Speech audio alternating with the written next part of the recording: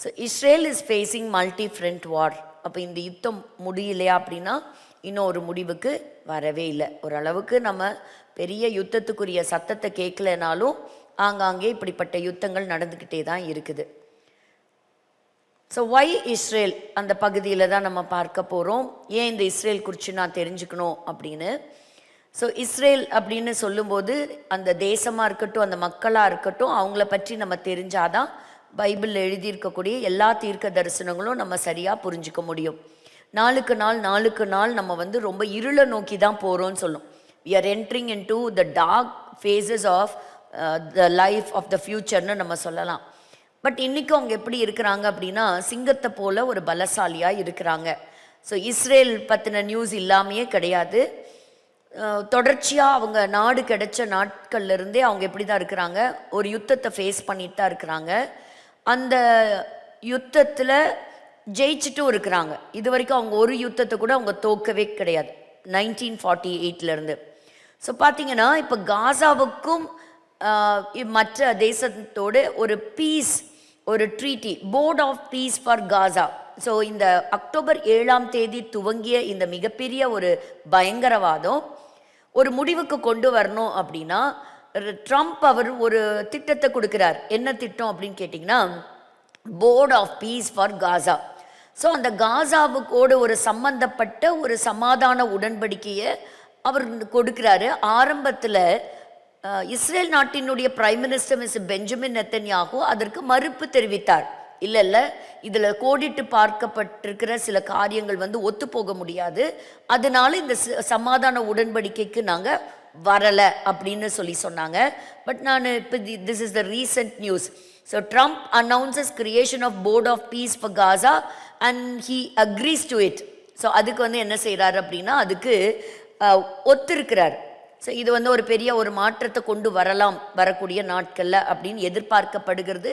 நம்ம எல்லாரும் ஜெபிக்கலாம், ஒரு சமாதானம் தேசத்தில் உண்டாகட்டும். சரி, இப்போது இன்றைக்கி நான் பேச போகிற தலைப்பு ரொம்ப முக்கியமான தலைப்பு. யாரை பற்றி அப்படின்னு சொன்னால் வரப்போகிற அந்தி கிறிஸ்துவை பற்றி தான்.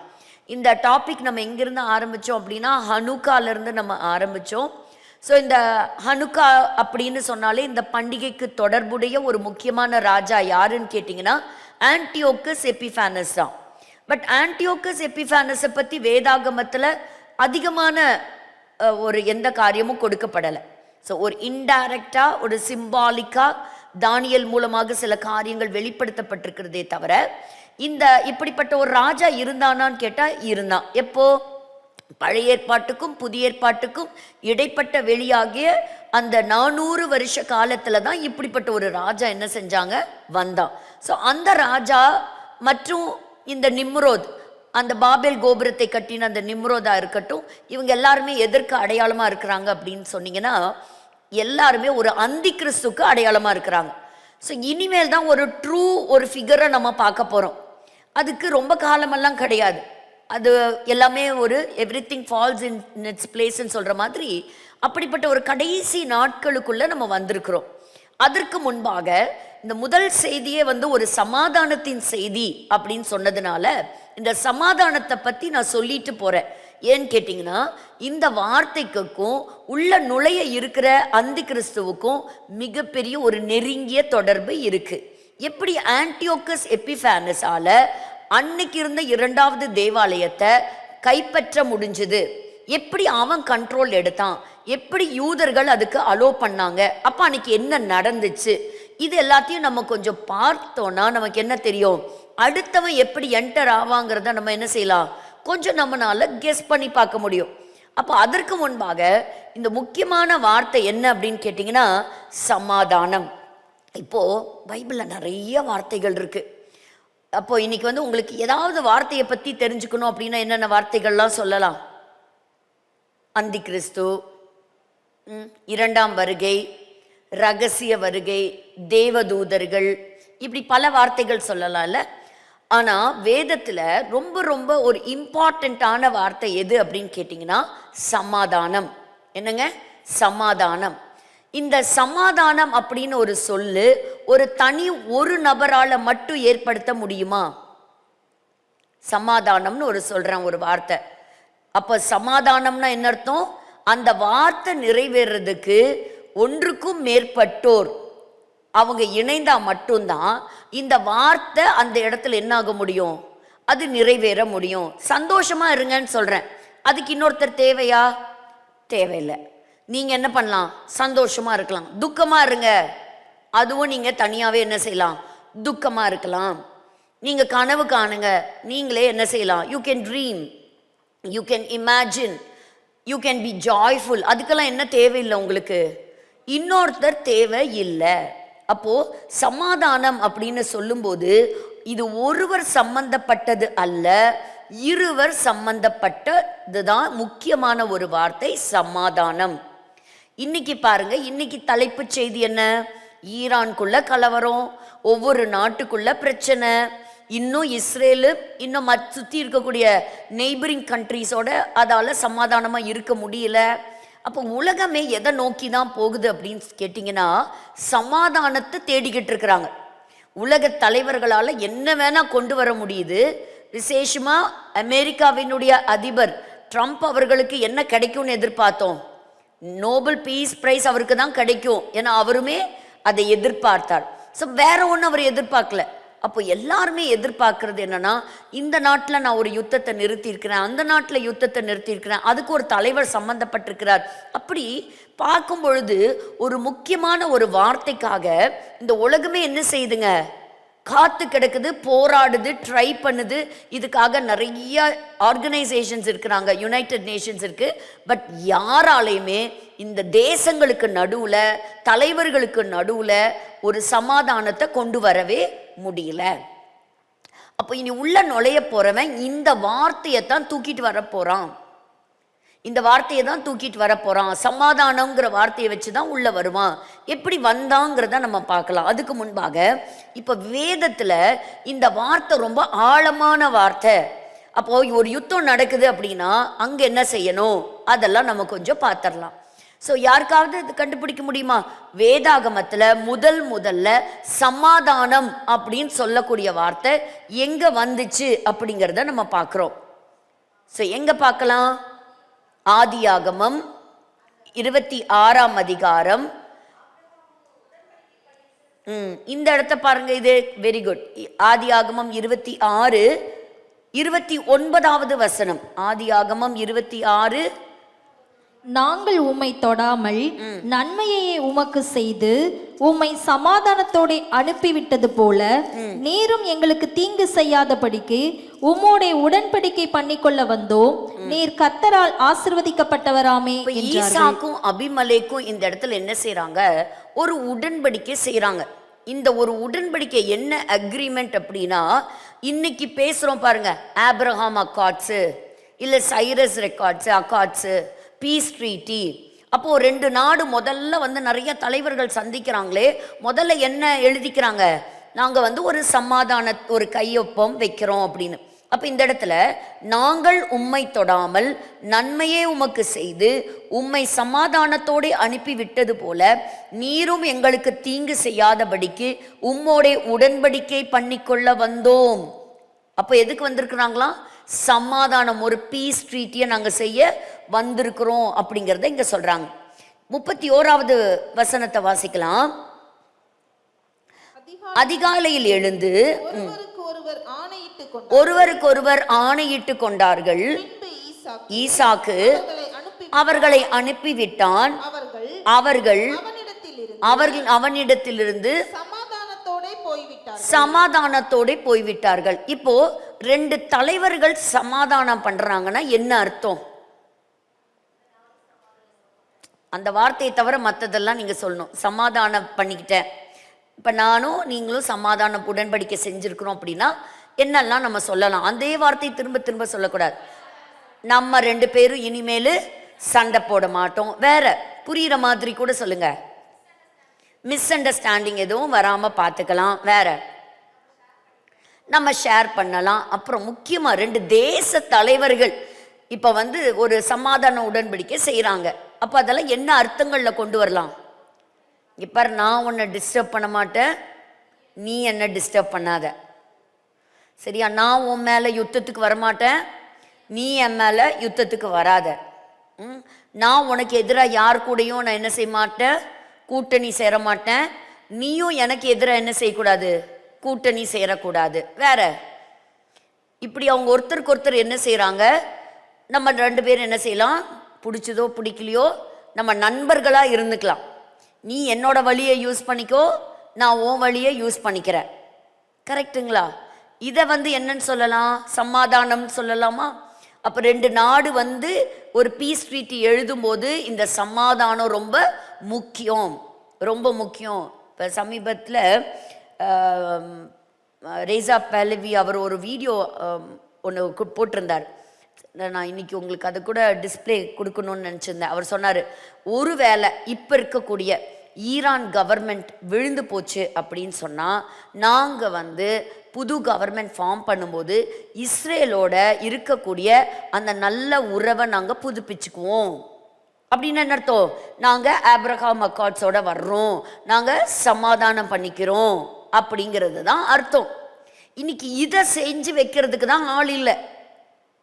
இன்னைக்கு இதை தேசங்கள் என்ன செய்யல, ஆன் அக்ரிமெண்ட் பேசிஸ், இல்லைல்ல நீ கொடுக்குற பாயிண்ட் எங்களால் ஏற்றுக்க முடியாது, நான் கொடுக்குற பாயிண்ட்டை நீ ஏற்றுக்க முடியாதுன்னு இன்னைக்கு சண்டை. அதனால ஒரு சமாதானம் வர மாட்டேங்குது.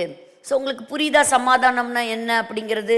அப்போது இந்த இடத்துல முடிஞ்ச அளவுக்கு, அதனால தான் எபிரேயர் 12:14, எபிரேயர் 12:14, ரோமர் 12:18 வாசிக்கும்போது, யாவரோடும் சமாதானமாய் இருக்கவும் பரிசுத்தம் உள்ளவர்களாய் இருக்கவும் நாடுங்கள், பரிசுத்தம் இல்லாமல் ஒரு யாவரோடும் சமாதானமாய் இருக்க நாடுங்கள் அப்படின்னு என்ன அர்த்தம்? சமாதானமா இருங்கள்னு சொல்லல, யாவரோடும் சமாதானமா இருக்க நாடுங்கள் அப்படின்னா சமாதானமா இருக்க முடியாதுன்னு தான் அர்த்தம். ஆனா முடிஞ்ச அளவுக்கு என்ன செய்ய, நீ சமாதானமா நீ போ, சண்டை போடாத. கருத்து வேறுபாடுகள் நிச்சயம் இருக்கும், எல்லாம் ஒவ்வொருத்தரும் ஒவ்வொரு பேட்டர்ன்ல இருக்கிறோம், ஒவ்வொருத்தருக்கும் ஒவ்வொரு விதமான தாட் ப்ராசஸ் இருக்கு இல்லையா? இப்போ ஒருத்தரை பிடிக்கலன்னா என்ன ஆகும், கண்டிப்பா அவங்களோட நம்ம சமாதானமா இருக்க மாட்டோம்.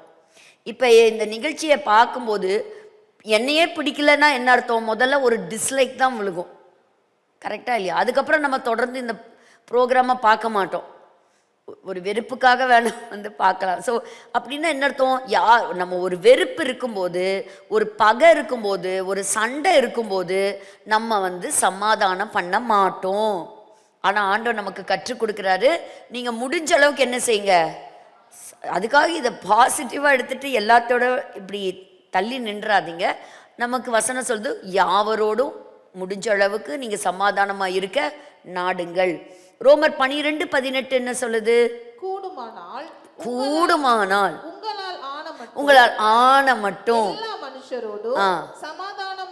இருங்கள். ஸோ அது தேசத்துக்கும் பொருந்தும், தேச தலைவர்களுக்கும் பொருந்தும், குடும்பத்தில் இருக்கிற உறவுகளுக்கும் பொருந்தும். ஸோ முடிஞ்ச அளவுக்கு என்ன செய்ய, உன் சண்டை சச்சரவெல்லாம் விட்டுட்டு நீ சமாதானமாக நீ போ. சமாதானம் பண்ணுறதுக்கும் ஒரு பெரிய மனசு வேணும், ஏன்னா மன்னிக்கணும். கிறிஸ்து நமக்கு மன்னிக்கிறது போல் நாமளும் மற்றவங்களுக்கு என்ன செய்யணும், மன்னிக்கணும். அப்போ அந்த இடத்துல நம்ம இயேசு கிறிஸ்துவை கொண்டு வந்தால் மட்டும்தான் நம்மளால் மன்னிக்க முடியும் இல்லையா? இல்லைன்னா நம்ம என்ன செய்வோம், நான் மன்னிச்சிட்டேன்னு சொல்லிட்டு அந்த ரெக்கார்டை நம்ம எங்கேயோ ஒரு இடத்துல ஸ்டோர் பண்ணிக்குவோம். திரும்ப ஒரு சின்ன பாயிண்ட் கிடைச்சா போதும், அது அத்தனையும் அந்த ஃப்ளாஷ்பேக்கை எடுத்துகிட்டு திரும்ப ஃபஸ்ட்டிலேருந்து என்ன ஆகும், எல்லா நெகட்டிவும் நம்ம பிரெயின் டக்கு டக்கு டக்கு டக்குன்னு எடுத்து கொடுக்கும். அப்போ பாருங்கள், லிஸ்ட்டு சர்றன்னு வந்துடும், உடனே நமக்கு என்ன வந்துடும், சமாதானம் அங்கே துண்டிக்கப்படும். ஸோ இந்த வசனம் எதுக்காக படிக்கிறோம் அப்படின்னா, இன்னைக்கு இந்த உலகம் தேடிக்கொண்டு இருப்பது, அலைவது தங்கத்துக்காக அல்ல, வெள்ளிக்காக அல்ல, பணத்திற்காகவும் அல்ல, சமாதானத்திற்காகத்தான் இன்னைக்கு தேடிட்டு இருக்கிறாங்க.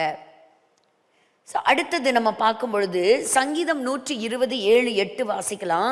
சங்கீதம் 127:7-8, நான் சமாதானத்தை நாடுகிறேன்,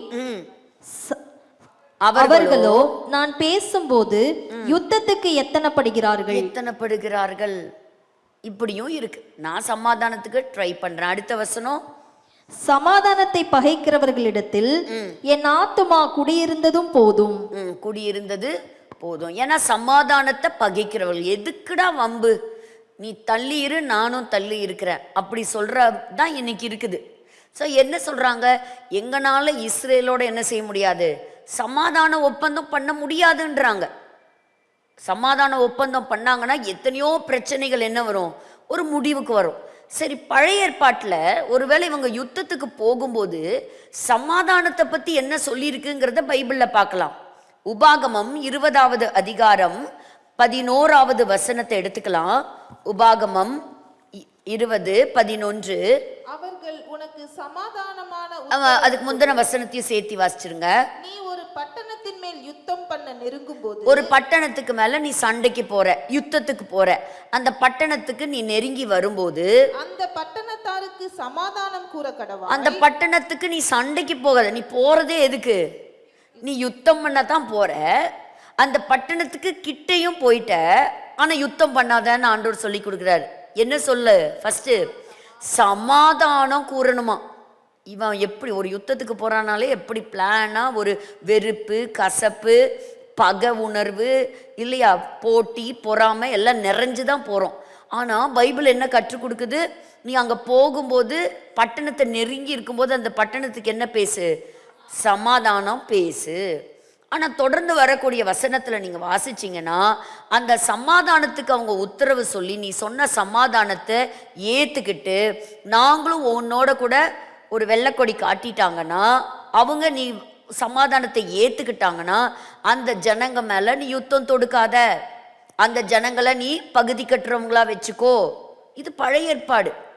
அப்படி ஒரு வேளை நீ சமாதானம் சொல்லி அந்த சமாதானத்துக்கு அந்த தேசம் கதவை அடைச்சிருச்சுன்னா நீ தைரியமா யுத்தம் பண்ணுங்கிறாரு. தொடர்ந்து வரக்கூடிய வசனத்துல என்ன செய்ய, நீ தைரியமா என்ன செய்ய, நீ யுத்தம் பண்ணு, அதை முற்றுகை போடு, அதை நீ பிடிச்சுக்கோ. இதுதான் என்னது, த ரூல். நம்ம பழைய ஏற்பாட்டில் நம்ம பார்க்கறது. ஸோ பழைய ஏற்பாடு முழுவதுமாக பார்க்கும் பொழுது 2 நபர்கள், 2 ராஜாக்கள், 2 தேசங்கள், அவங்கெல்லாம் என்ன பண்ணியிருக்கிறாங்க, இப்படிப்பட்ட சமாதான பேச்சுவார்த்தை நடத்தி ஒரு உடன்படிக்கை செய்திருக்கிறாங்க, ஒரு அக்ரிமெண்ட்டை வச்சிருக்கிறாங்க. சரி, இப்போ புதிய ஏற்பாட்டுக்கு வருவோம். புதிய ஏற்பாட்டில் முதல்ல சமாதானம் எங்க வந்திருக்கு? மத்தேயு 5ஆம் அதிகாரம். சமாதானம் பண்ணுகிறவர்கள் பாக்கியவான்கள், அவர்கள் யார்?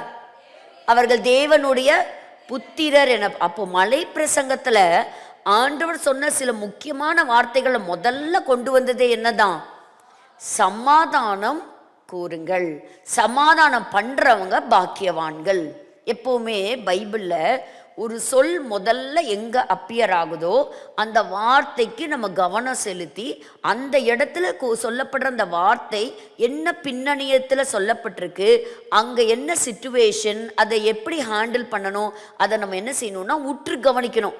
அப்புறம் அந்த வசனத்திலிருந்து ஒரு லிங்க் எடுத்து அடுத்தடுத்து எங்கெங்கெல்லாம் சமாதானங்கிற வார்த்தை வருது அப்படி எடுத்து படிக்கும்போது அந்த டாப்பிக்கை பற்றின ஒரு நல்ல ஒரு அண்டர்ஸ்டாண்டிங் நமக்கு கிடைக்கும். Praise the Lord. அப்போ அடுத்தது நம்ம பார்க்குறோம், மத்தேயு அதே 10ஆம் அதிகாரத்துக்கு நீங்கள் வரும்போது ஒரு வீட்டுக்குள்ளே நீங்கள் போகும்போது அந்த வீட்டுக்கு நீங்கள் பிஸ்கெட் வாங்கிட்டு போங்க, ஸ்நாக்ஸ் வாங்கிட்டு போங்க, பணம் வாங்கிட்டு வாங்க, அப்படி இருக்கா? என்ன சொல்லியிருக்கு? சமாதானம் கூறுங்கள். பாருங்க, அப்ப சமாதானம்ங்கிறது வேதத்தை பொறுத்த வரைக்கும் மிக மிக விலை உயர்ந்த வார்த்தை, மதிப்புக்குரிய ஒரு வார்த்தை சமாதானம் அப்படிங்கிறது. அப்ப அந்த வீட்டுக்குள்ள நீங்க போகும்போது என்ன செய்யுங்க, நீங்க வாழ்த்து கூறுங்க, சமாதானம் கூறுங்க. நீங்க சொல்ற சமாதானத்தை அவங்க ஏத்துக்கிட்டாங்கன்னா அந்த சமாதானம் அங்க தங்கும். ஒருவேளை அவங்கள ஏத்துக்கலன்னா நீங்க யுத்தம் பண்ணுங்க, அப்படி இருக்கா? என்ன செய்து, நீ பேசாம ஒதுங்கி வந்துரு, சைலன்ஸ். பழைய ஏற்பாட்டில் தான் யுத்தம், புதிய ஏற்பாட்டில எல்லாம் யுத்தம் இல்லை. புதிய ஏற்பாட்டில் என்ன செய்யக்கூடாது, நோ வாய் சண்டை. அங்கே போய் என்ன செய்யக்கூடாது, அதை மனசில் நம்ம தாங்கி பிடிச்சு நம்ம செய்யக்கூடாது. சரி, இயேசு தன்னோட சீஷர்களோட சமாதானமாக இருந்தாரா? எதை வச்சு சொல்றீங்க அவர் சமாதானமாக இருந்தாருன்னு?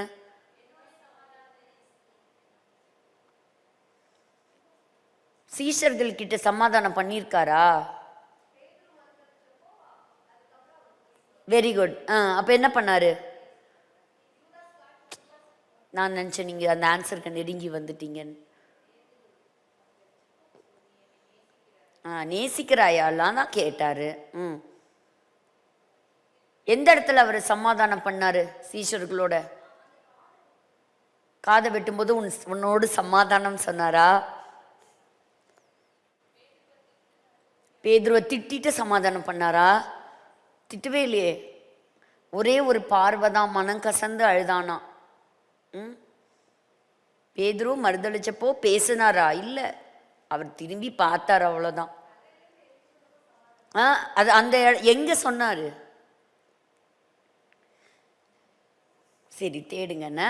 ஒருவேளை லைவ்ல இருக்கிறவங்க யாராவது உயிர்த்தெழுந்த பிறகு முதல்ல அவர்களை தேடி இயேசு வந்தார். எல்லா அறை ஜன்னல் எல்லாம் பூட்டி இருக்கு. ஆனா அந்த வீட்டிற்குள்ள, இயேசு பூட்டப்பட்ட வீட்டிற்குள்ள வந்தாரா இல்லையா? வந்து ஃபர்ஸ்ட் என்ன சொன்னாரு? உங்களுக்கு சமாதானம். அப்ப இயேசு கிறிஸ்து உயிர்த்தெழுந்த பிறகு அவர் பேசிய வார்த்தை என்ன சீஷர்களோடு? சமாதானம். அப்போ சமாதானங்கிறது விலையேற பெற்ற வார்த்தையா இல்லையா? அப்போ இன்னைக்கு நம்ம என்ன செய்யணும்? நம்ம நிறையா சமாதானம் பண்ணணும். சாலமோனுடைய ராஜ்யத்தின் காலத்தில் வசனம் சொல்லுது, ஈராம் சாலமோனோட வந்து சமாதானம் பண்ணாராம். சாலமோனோட ஒருத்தர் மட்டும் இல்லைங்க, சுற்றி இருந்த எல்லா ராஜாக்களுமே சமாதான உடன்படிக்கை பண்ணியிருந்தாங்க. அதனால தான் சாலமோனுடைய ராஜ்யபாரத்தின் காலத்தில் அது ஆசீர்வாதமாக இருந்தது. யுத்தங்களே இல்லை, யுத்தத்தோட ரெக்கார்டே கிடையாது சாலமோனுடைய காலத்துல. அப்போ அதெல்லாம் ஏன் தவிர்க்கப்பட்டது அப்படின்னா இந்த சமாதான உடன்படிக்கை. அப்போ இந்த உலகம் இன்னைக்கு ஒரு சமாதானம், ஒரு யுத்தம் இல்லாத ஒரு தேசங்களா மாறணும் அப்படின்னா என்ன தேவை? இப்போ இன்னைக்கு அவசர தேவை இந்த உலகத்திற்கு சமாதானம் தான். ஆனா அந்த சமாதானத்தை தேடினாலும் என்ன கிடைக்காது? சமாதானம் கிடைக்காது. ஏன்னா அடுத்த ஸ்டேஜுக்குள்ள நம்ம நுழையிறோம். சீக்கிரமா சமாதானக்காரனர் வரப்போறாரு. அவருடைய வருகையில தான் ஒரு மிகப்பெரிய சமாதானம் எல்லாருக்கும் கிடைக்க போகுது. Praise the Lord. அப்போ இந்த நேரத்தில் ஏன் இந்த உங்களுக்கு சொல்றேன் அப்படின்னா, இன்னைக்கு முதல் செய்தியே என்னதான்? ஸோ இந்த சமாதானம். ஸோ பெஞ்சமின் நெத்தன்யாகு அவர்கள் இந்த காசால இருக்கக்கூடிய அந்த பீஸ் ட்ரீட்டிக்கு ஒரு சமாதானத்திற்கு வந்திருக்கிறார். இது நன்மையா முடியட்டும். இது 1 2 இல்லை, ஏராளமான வசனங்கள் உண்டு. ஸோ போன வாரம் நம்ம பார்த்தோம், ஹனுக்கால இருந்து தான் இதெல்லாம் தொடங்குச்சு. ஸோ இன்னைக்கு நம்ம டைம் இருக்கிறத பொறுத்து ஆன்டியோகஸ் எபிஃபானஸ். பட் இதிலிருந்து நான் உங்களுக்கு சொல்ல போகிறது எல்லாமே நிறையா ஹிஸ்டாரிக்கல் டேட்டா. அதாவது இந்த 400 வருஷ காலங்களில் நடந்த நிறைய சம்பவங்கள் தான் மிக மிக முக்கியமான சம்பவங்கள் அந்தி கிறிஸ்துவை நாம் அறிந்து கொள்வதற்கு. So it is very very important. அதனால் இந்த வாரம் மற்றும் வரக்கூடிய வாரத்தில் இந்த பாடத்தை நீங்கள் தொடர்ச்சியாக கவனிக்கணும் அப்படின்னு சொல்லி நான் கேட்குறேன். ஸோ ஆன்டியோகஸை பற்றி நம்ம படிக்கலாம். So Hanukkah is an important festival. இதை வைத்து தான் நம்ம எல்லாத்துக்கும் என்ன தெரியுது? ஒருத்தன் இருந்தான், ஆன்டியோகஸ்ன்னு ஒருத்தன் இருந்தான் அப்படிங்கிறது. இப்போ அவனை பற்றி தான் நம்ம இன்னைக்கு பார்க்க போகிறோம். ஸோ போன வாரம் நம்ம பார்த்தோம், நிம்ரோதை பற்றி நம்ம பார்த்தோம். ஸோ நிம்ரோதை பற்றி எங்கிருந்து பார்த்தோம் அப்படின்னா பைபிள்ல இருந்து நம்ம பார்த்தோம் இல்லையா? இப்போ நோவாவினுடைய கிரேட் கிராண்ட்சன், அப்போது son of Cush, great grandson of Noah. So இவனை பற்றி ஜோசபஸ் அப்படின்னு சொல்லக்கூடிய ஒரு வரலாற்று ஆசிரியர் அவர் எழுதிய சில வார்த்தைகளை நான் உங்களுக்கு சொல்கிறேன். அப்போ பாருங்க, ஜோசபஸ் என்ன சொல்கிறார் அப்படின்னா, இந்த சம்பவம் எப்படி நடந்துச்சு, எப்படி இவங்க ஒரு டவர் கட்டினாங்க, எதை வைத்து அவங்க இவ்வளோ பெரிய கோபுரத்தை கட்டலாம் அப்படிங்கிற ஒரு உணர்வு இவங்களுக்கு வந்துச்சு அப்படின்னு சொன்னால், கிட்டத்தட்ட இவங்க எல்லாருமே இந்த ஷேம், ஜாஃபெத் அண்ட் ஹாம் இவங்க எல்லாமே இந்த பெரிய ஜலப்பிரளயம் வர்றதுக்கு கிட்டத்தட்ட 100 ஆண்டு காலங்களுக்கு முன்பாகவே பிறந்தவர்கள். அதற்கப்புறம் இந்த மழை வந்துருச்சு, மழையெல்லாம் வந்து உயரமான சிகரங்களும் ஃபுல்லாக தண்ணி நிரம்பிருச்சு. தண்ணி நிரம்பின பிறகு அந்த போட், அந்த கப்பல் என்ன செய்யுது? நோவாவினுடைய பேழை போய் ஒரு இடத்துல ரெஸ்ட் ஆகுது. இப்போது மவுண்ட் ஆஃப் அராரத்தில் போய் ரெஸ்ட் ஆகுது. அப்போது தண்ணியெல்லாம் வற்றின பிறகு இவங்க எங்கேருந்து இறங்கி வர்றாங்க? அத்தனை பேரும் அந்த பேழைக்குள்ளேருந்து அந்த 8 பேரும் வெளியே வந்து 8 பேரும் மலையிலிருந்து அப்படியே இறங்கி வந்து எங்கே குடியேறாங்கன்னா சமவெளியில் குடியேறாங்க. பிளெயின்ஸில் வந்து குடியேறாங்க. இப்போ எங்கிருந்து இறங்கி வந்திருக்கிறாங்க? மலையிலேருந்து வந்திருக்கிறாங்க. இந்த 8 பேருக்குமே மழை எப்படி வந்துச்சு, எவ்வளோ பெரிய பாதிப்பை கொடுத்துச்சு, அப்போ இத்தனை ஒரு வருஷ காலமாக இவங்க எவ்வளோ தத்தளிச்சாங்க, எப்படி அவங்க கண்ணுக்கு முன்னாடி எல்லாரும் ஒருவேளை அவங்க இறங்கும்போது பிணக்குவியல்களை பார்த்துருக்கலாம். ஸோ என்டையர் ஸ்டோரி அவங்களுக்கு தெரியும். அத்தனை 8 பேர்த்துக்குமே இந்த ஸ்டோரி வந்து கண்டிப்பாக தெரியும். அன்னைக்கு சொல்கிறாங்க, இவங்க எல்லாருமே அந்த நிலப்பகுதியில் வந்து குடியேறின பிறகு இவங்க ஆண்டவர் வந்து என்ன ஆசிர்வதித்தார் அப்படின்னு சொன்னால், அதாவது ஆதியாகமம் 9ஆம் அதிகாரம் 1 வசனத்தை வாசிச்சு பாருங்க. பின்பு தேவன் நோவாவையும் அவன் குமாரரையும் ஆசீர்வதித்து, நோவாவையும் குமாரனையும் ஆசீர்வதித்து, நீங்கள் பழுகி பெருகி பூமியை நிரப்புங்கள். பூமியை நிரப்புங்கள். அப்ப ஆண்டவருடைய கமாண்ட்மெண்ட் என்ன? நீங்க ஒரு இடத்துல இருக்கக்கூடாது, நீங்க பழுகி பெருகி இருக்கிற இடத்தை விட்டு நீங்க என்ன செய்யுங்க, மற்ற இடங்கள்ல போய் விவசாயம் செய்யுங்க, மற்ற இடத்துல நீங்க என்ன செய்யுங்க, குடி அமர்த்துங்க. You can live every part of the earth. அதை வந்து அங்க சொல்றாங்க. ஆனா அந்த இடத்துல அந்த ஜோசபஸ் எழுதும்போது சொல்றாரு, தேவனுடைய வார்த்தைக்கு அந்த ஜனங்கள் கீழ்ப்படியாம போனாங்களாம். அந்த கீழ்ப்படியாம போனதுக்கு மிக மிக முக்கியமான காரணம் என்னன்னு கேட்டிங்கன்னா, அவங்களுக்குள்ள இருந்த பயம். ஏன்னா அவங்க கண்ணால் அந்த ஜலப்பிரளயத்தை அவங்க பார்த்தாங்க. ஸோ அப்போ ஆண்டவர் ஏன் இதை சொன்னார்னா, நீ ஒரே இடத்துல இருந்து ஒருத்தருக்கு விரோதமாக ஒருத்தர் எழும்பி, so that you don't rebel against each other. ஒருத்தனுக்கு ஒருத்தன் நீ என்ன செய்ய வேண்டாம், எதிராக நீ வர வேண்டாம். ஆனால் ஜனங்களுக்குள்ள ஒரு சந்தேகம் வந்துருச்சு, ஒருவேளை நம்ம எல்லாரும் இந்த இடத்த விட்டு நம்ம உடஞ்சி வெளியே செதறி போயிட்டோம்னா இன்னொரு இடத்துல ஆபத்து வரும்போது நம்ம வந்து மாட்டிக்குவோம். ஸோ செதறி போகிறதுக்கே அவங்களுக்கு என்ன வரல, தைரியமே வரலையாம் அவங்களுக்கு, அன்னைக்கு இருந்த மக்களுக்கு. அப்பதான் இதை பயன்படுத்தி கொண்டவன் தான் நிம்ரோத். அப்போ நிம்ரோத் என்ன பண்ணா, அவன் அன்னைக்கு ஒரு பெரிய போல்டு மேன், ஒரு ஸ்ட்ராங் மேன். ஏன்னா இந்த இடத்துல நம்ம பார்க்குறோம் இல்லையா, தேவனுக்கு முன்பாக அவன் ஒரு பலத்த வேட்டைக்காரன். அப்போ என்ன பண்ணா, ஜனங்க கிட்ட பேசி ஜனங்களை தன்னுடைய வசம் கொண்டு வந்து, அப்போ இன்னைக்கு நம்ம சந்தோஷமா இருக்கிறதோ, இன்னைக்கு நம்ம பத்திரமா இருக்கிறதோ அது நம்முடைய பலத்தினால தான். ஸோ நம்ம நிம்ரோதுடைய பலத்தினால தான் என்ன பண்ணியிருக்கிறோம், இன்னைக்கும் நம்ம பாதுகாப்பா இருக்கிறோம். இப்போ நிம்ரோதை பற்றி சொல்லும்போது என்ன பண்ணானா, தானாவே கொஞ்ச காலத்திலே தனக்குன்னு ஒரு அரசாங்கத்தையே அமைச்சுக்கிட்டானா. He formed government. அது மட்டும் இல்லை, அந்த சின்ன ஒரு பிளேஸ்ல இருந்த அந்த பீப்புளை தன்னுடைய கண்ட்ரோலுக்குள்ள, தன்னுடைய சக்திக்குள்ள அவன் என்ன செஞ்சானா, அவன் கொண்டு வந்துட்டானா. அநீதியாய், ரொம்ப கொடுமையாய், ரொம்ப அந்த மாதிரி இருந்தானா. அப்போ என்ன செஞ்சான் அப்படின்னா, அவனுடைய ஜனங்கள் எல்லாம் பார்க்குறாங்க, இப்போ அன்னைக்கு இருந்த மக்கள் நடுவில் யார் தான் இன்னைக்கு பவர்ஃபுல் மேனாக இருக்கிறா. அதுக்காக தான் பைபிளில் இந்த வசனம் எழுதப்பட்டிருக்கு, அவன் கர்த்தருக்கு முன்பாக பலத்த வேட்டைக்காரன். அப்போ ஜனங்கள்லாம் செதறி போகிறதுக்கு யோசிக்கிறாங்க, ஏன்னா இவன் தான் நமக்கு பாதுகாப்பு, என்ன அழிவு வந்தாலும் இவன் நம்மளை பார்த்துக்குமா. அப்போ ஒருத்தனை நம்பி இந்த ஜனங்கள் எல்லாம் என்ன செய்கிறாங்க, அவன் சொல்லுக்கு கீழ்ப்படுகிறாங்க. ஏன்னா இவங்கெல்லாம் என்ன கேட்டுட்டு வந்திருக்காங்க, மழை வந்தால் எப்படி இருக்கும், எப்படிப்பட்ட அழிவு வரும் அப்படிங்கிறதெல்லாம் கேட்டிருக்காங்க. அது மட்டும் இல்லை, யோசேப் எழுதும்போது சொல்கிறாரு, தேவனுக்கு விரோதமாக, தேவனுக்கு எதிராக படையெடுத்து போவதற்கு, ஒரு ரிவெஞ்ச் எடுக்கிறதுக்கு என்னுடைய முற்பிதாக்களை அழித்த ஒரு கடவுள், அதனால இந்த கடவுளுக்கு நான் எதிராக நான் போகிறேன் அப்படின்னு சொல்லி ஒரு திட்டம் பண்ணி தான் என்ன செஞ்சானா, அப்படிப்பட்ட ஒரு கோபுரத்தை அவன் வந்து கட்டுனானா.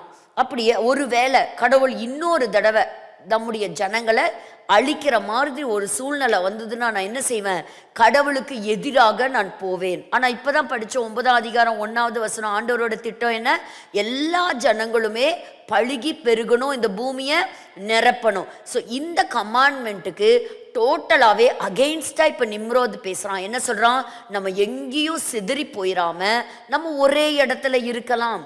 ஸோ ஆண்டவர் நினச்சிருந்தா அன்னைக்கே இந்த ஜனங்களை மறுபடியும் அழிச்சிருக்கலாம். இந்த கோபுரத்தை கட்டி அவங்க உயர்த்தி வரும்போது, அதாவது சொல்கிறாங்க, அந்த ஒவ்வொன்றும் அவ்வளோ திக்னஸில் இருந்து தான் அவ்வளோ ஒரு பிரம்மாண்டமாக கட்டினாங்களாம். அப்போ ஆண்டவர் நினச்சிருந்தா இதை அழிவுக்கு கொண்டு வந்திருக்கலாம். ஆனால் கர்த்தர் என்ன பண்ணார், ஒரு சின்ன டிஸ்டர்பன்ஸை கொண்டு வந்தார், ஒரு சின்ன டிஸ்டர்பன்ஸ். அப்போ தான் அந்த இடத்துல நம்ம பார்க்குறோம் ஒரு கன்ஃபியூஷன் நடந்தது அப்படிங்கிறது.